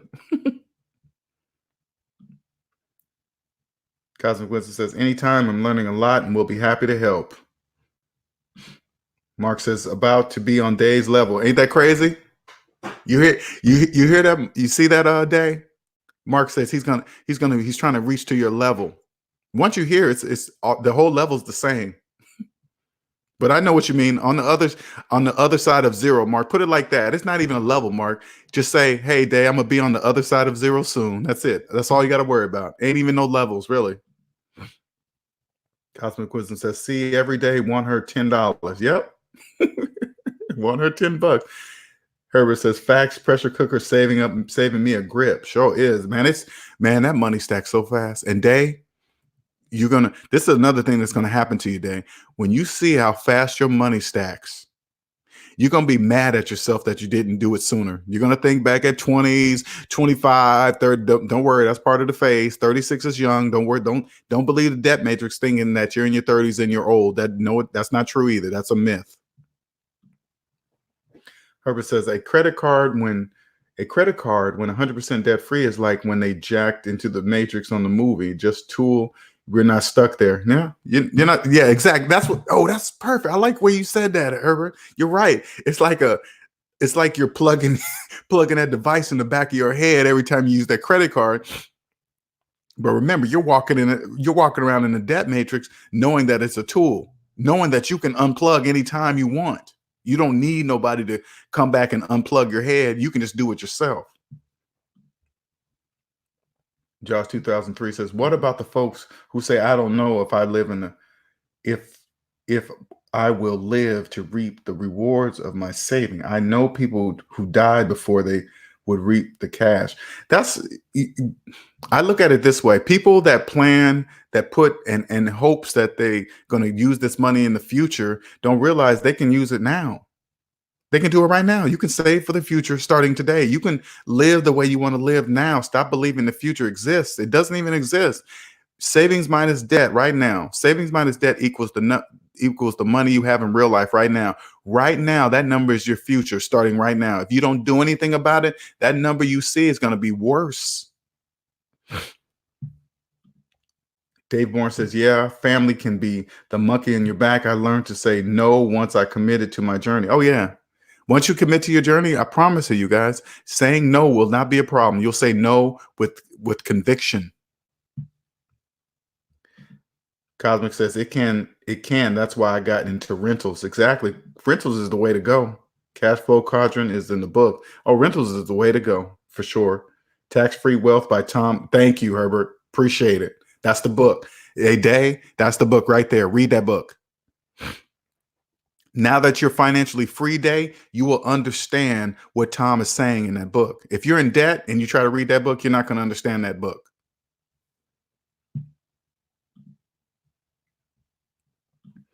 Dave says, I'm in New York and a renter also. Now many buyers who are paying on their home for the last 25 years. No many buyers who are paying on their home for the last 25 years. Ain't that crazy? 25 years on a house. There's no way. There's no way. I'm not paying on anything for 30 years. I'm not doing that. No, sir. Not doing any of that. Dave says, yes, call me frugal friend, right? And Dave, right now, check it out. This is even being frugal. Listen, Dave, even being frugal right now is going to be a thing of the past because this is going to be your way of life. Think of the way you're living right now. Is it really a big deal? It's not really. It's just part of your life. Not a big deal. That's how it is. It'll just be your normal way of life. You won't look at it as frugal. You won't look at it as cutting back or trimming. You won't have to do any of that because you'll be earning your income and you'll be earning phantom income. And here's the bigger picture. If you create your own business, you understand how taxes work. Create your own business and you'll never pay taxes again. You know who will be paying them? Your customers. Then you'll legally never pay taxes again. Legally. All you got to do is be debt free and don't be greedy. That's it. There's absolutely no reason under any circumstances to cheat the tax system. There's absolutely no reason for it. None of it. None of it. No shame. I stay in my lane. Yeah, it's not a problem. Best version says that day, what was your income range to pay off the debt in 29 months, if you don't mind me answering? Okay, that's that day. Day says, I don't mind. My range was about 90K to now 101 gross. Of course, best version motivation. I also sold stuff that I wasn't using and would put that 30 or 50 bucks towards my debt. Yes, all that. People don't even realize if you use your money that you earn from your job, plus you reduce your lifestyle in expenses I can't even get that word out. In expenses, that helps you pay off your debt.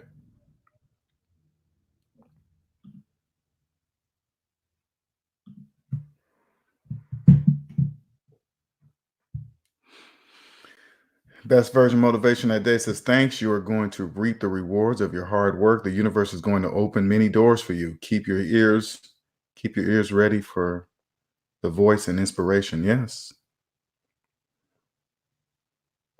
That's a whole different level, Day. I want you to understand there's a whole different level of things that are going to happen to you, Day, this is what I suggest you do, Day. Go to Best Version Motivations page and click subscribe to him. Okay. He goes more to deeper in the universe side of things than I. Okay. He's more comfortable with that. It's not that it bothers me or I'm ashamed of it or anything like that. It's just, that's a whole different level of thinking. Okay. And it's really difficult to explain to people that are barely getting out of debt to try to help them understand that they don't believe exists because they can't see it, touch it, smell it, or taste it.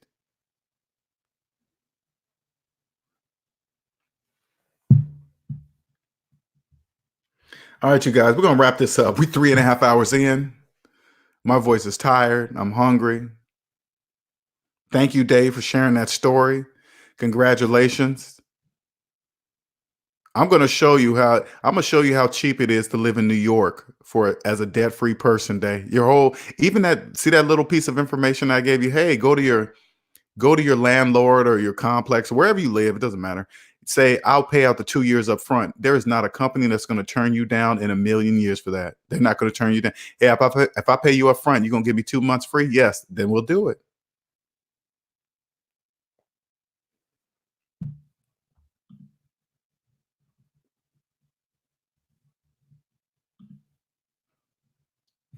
Hey, this was such a good chat, all of you. Yeah, this was wonderful today. Today was a good one.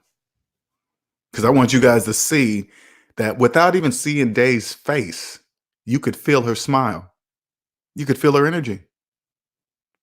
That's how I personally know when somebody's serious. If I give a client a plan, they come to me and say, "Hey, L, I believe in you. Let me pay for your plan." I give them the plan, and then I don't hear from them. If I don't hear from them anymore, I know they're not doing the plan because that's impossible. You got to have questions on anything that you've never known it even exists, and you don't have a question. That's impossible. That's impossible. Everybody has questions. And the people that I know are doing the plan, they always come back with an exact amount of debt down to the penny. That's how important it is because every penny counts. Every penny. Day says, I'm taking notes and we'll be implementing these things. Oh yeah, you're on the other side of zero in a week. Your brain is already there. Your mind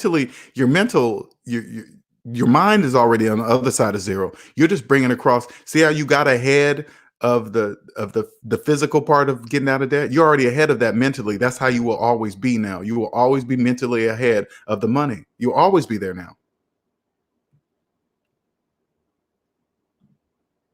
Mark says, great story from Day. Peace, y'all. Great show as always. Yeah, Mark's on the train. Mark's there. He's doing the struggles. Hey man, how about I do this? And I could no, there's no shortcuts, Mark. You have to do it according to the plan. There's no shortcuts. That's what makes it so special. There are no shortcuts. You have to do it this way. So I know Mark's there. There ain't no turning back for Mark. I already know. He's asking the right questions. All right, you guys have a wonderful, wonderful Sunday. Another successful Q&A Sunday, man. This was awesome. This was awesome. Oh, you're going live at 2, huh? Okay. All right. I will jump on at 2 o'clock. I'll be there. Anybody that best version, post the link to your channel up in the chat so everybody can it can make it easy for everybody and make it easy for people that catch the replay. Make sure you throw your link up in the chat before we cut off today. I'm gonna wait for you to do that. If you guys want a whole different level of universal speak, talk, whatever, the next level of thinking, because you will go to this level. Once you're debt free, you'll go to this level. Once you go to this is right here, best version talks more into detail about that, and it's very important. Okay. I wouldn't recommend anybody that's talking crap because I want to tell you something. This cannot be faked. You cannot fake being debt free. You cannot fake the universe. You can't fake any of that. Okay. They can't be faked.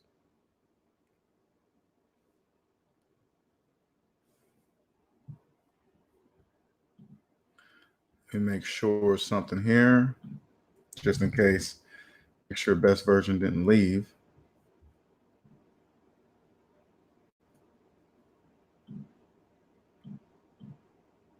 Just in case if he left and put that up there, best version. Huh. Oh, there it goes.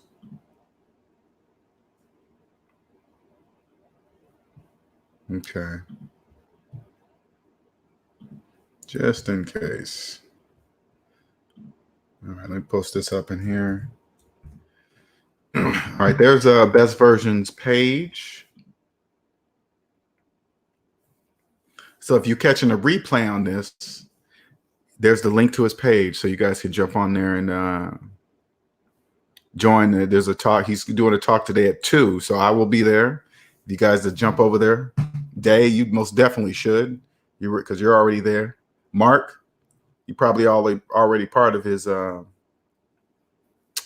channel.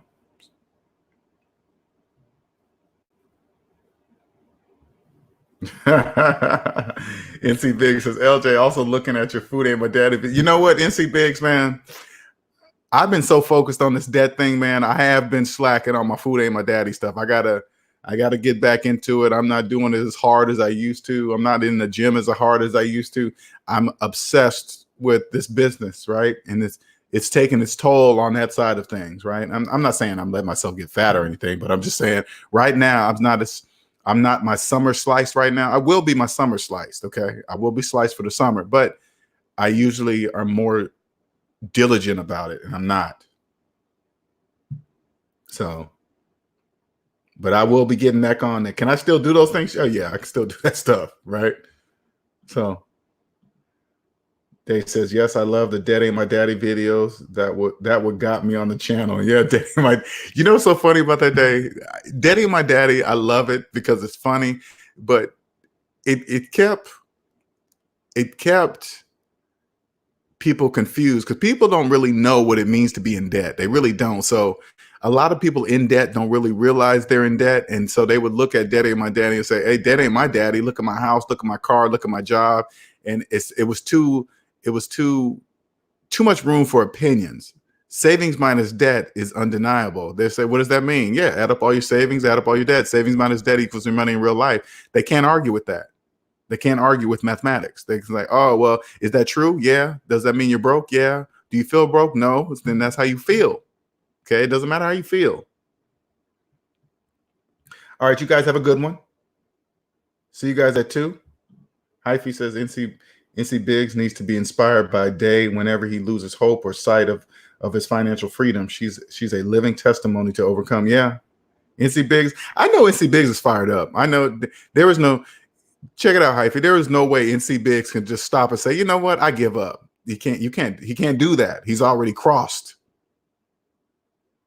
There is no saying, oh, well, screw it. I'm going to just go back and finance a high-priced car and phones again. I don't care. There is no going back.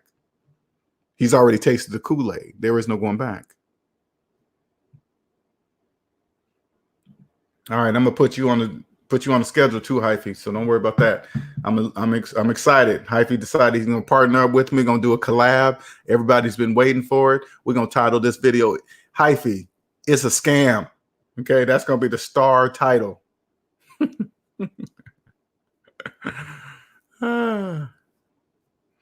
All right, you guys have a wonderful Sunday. I'm out of here. All right, bye-bye.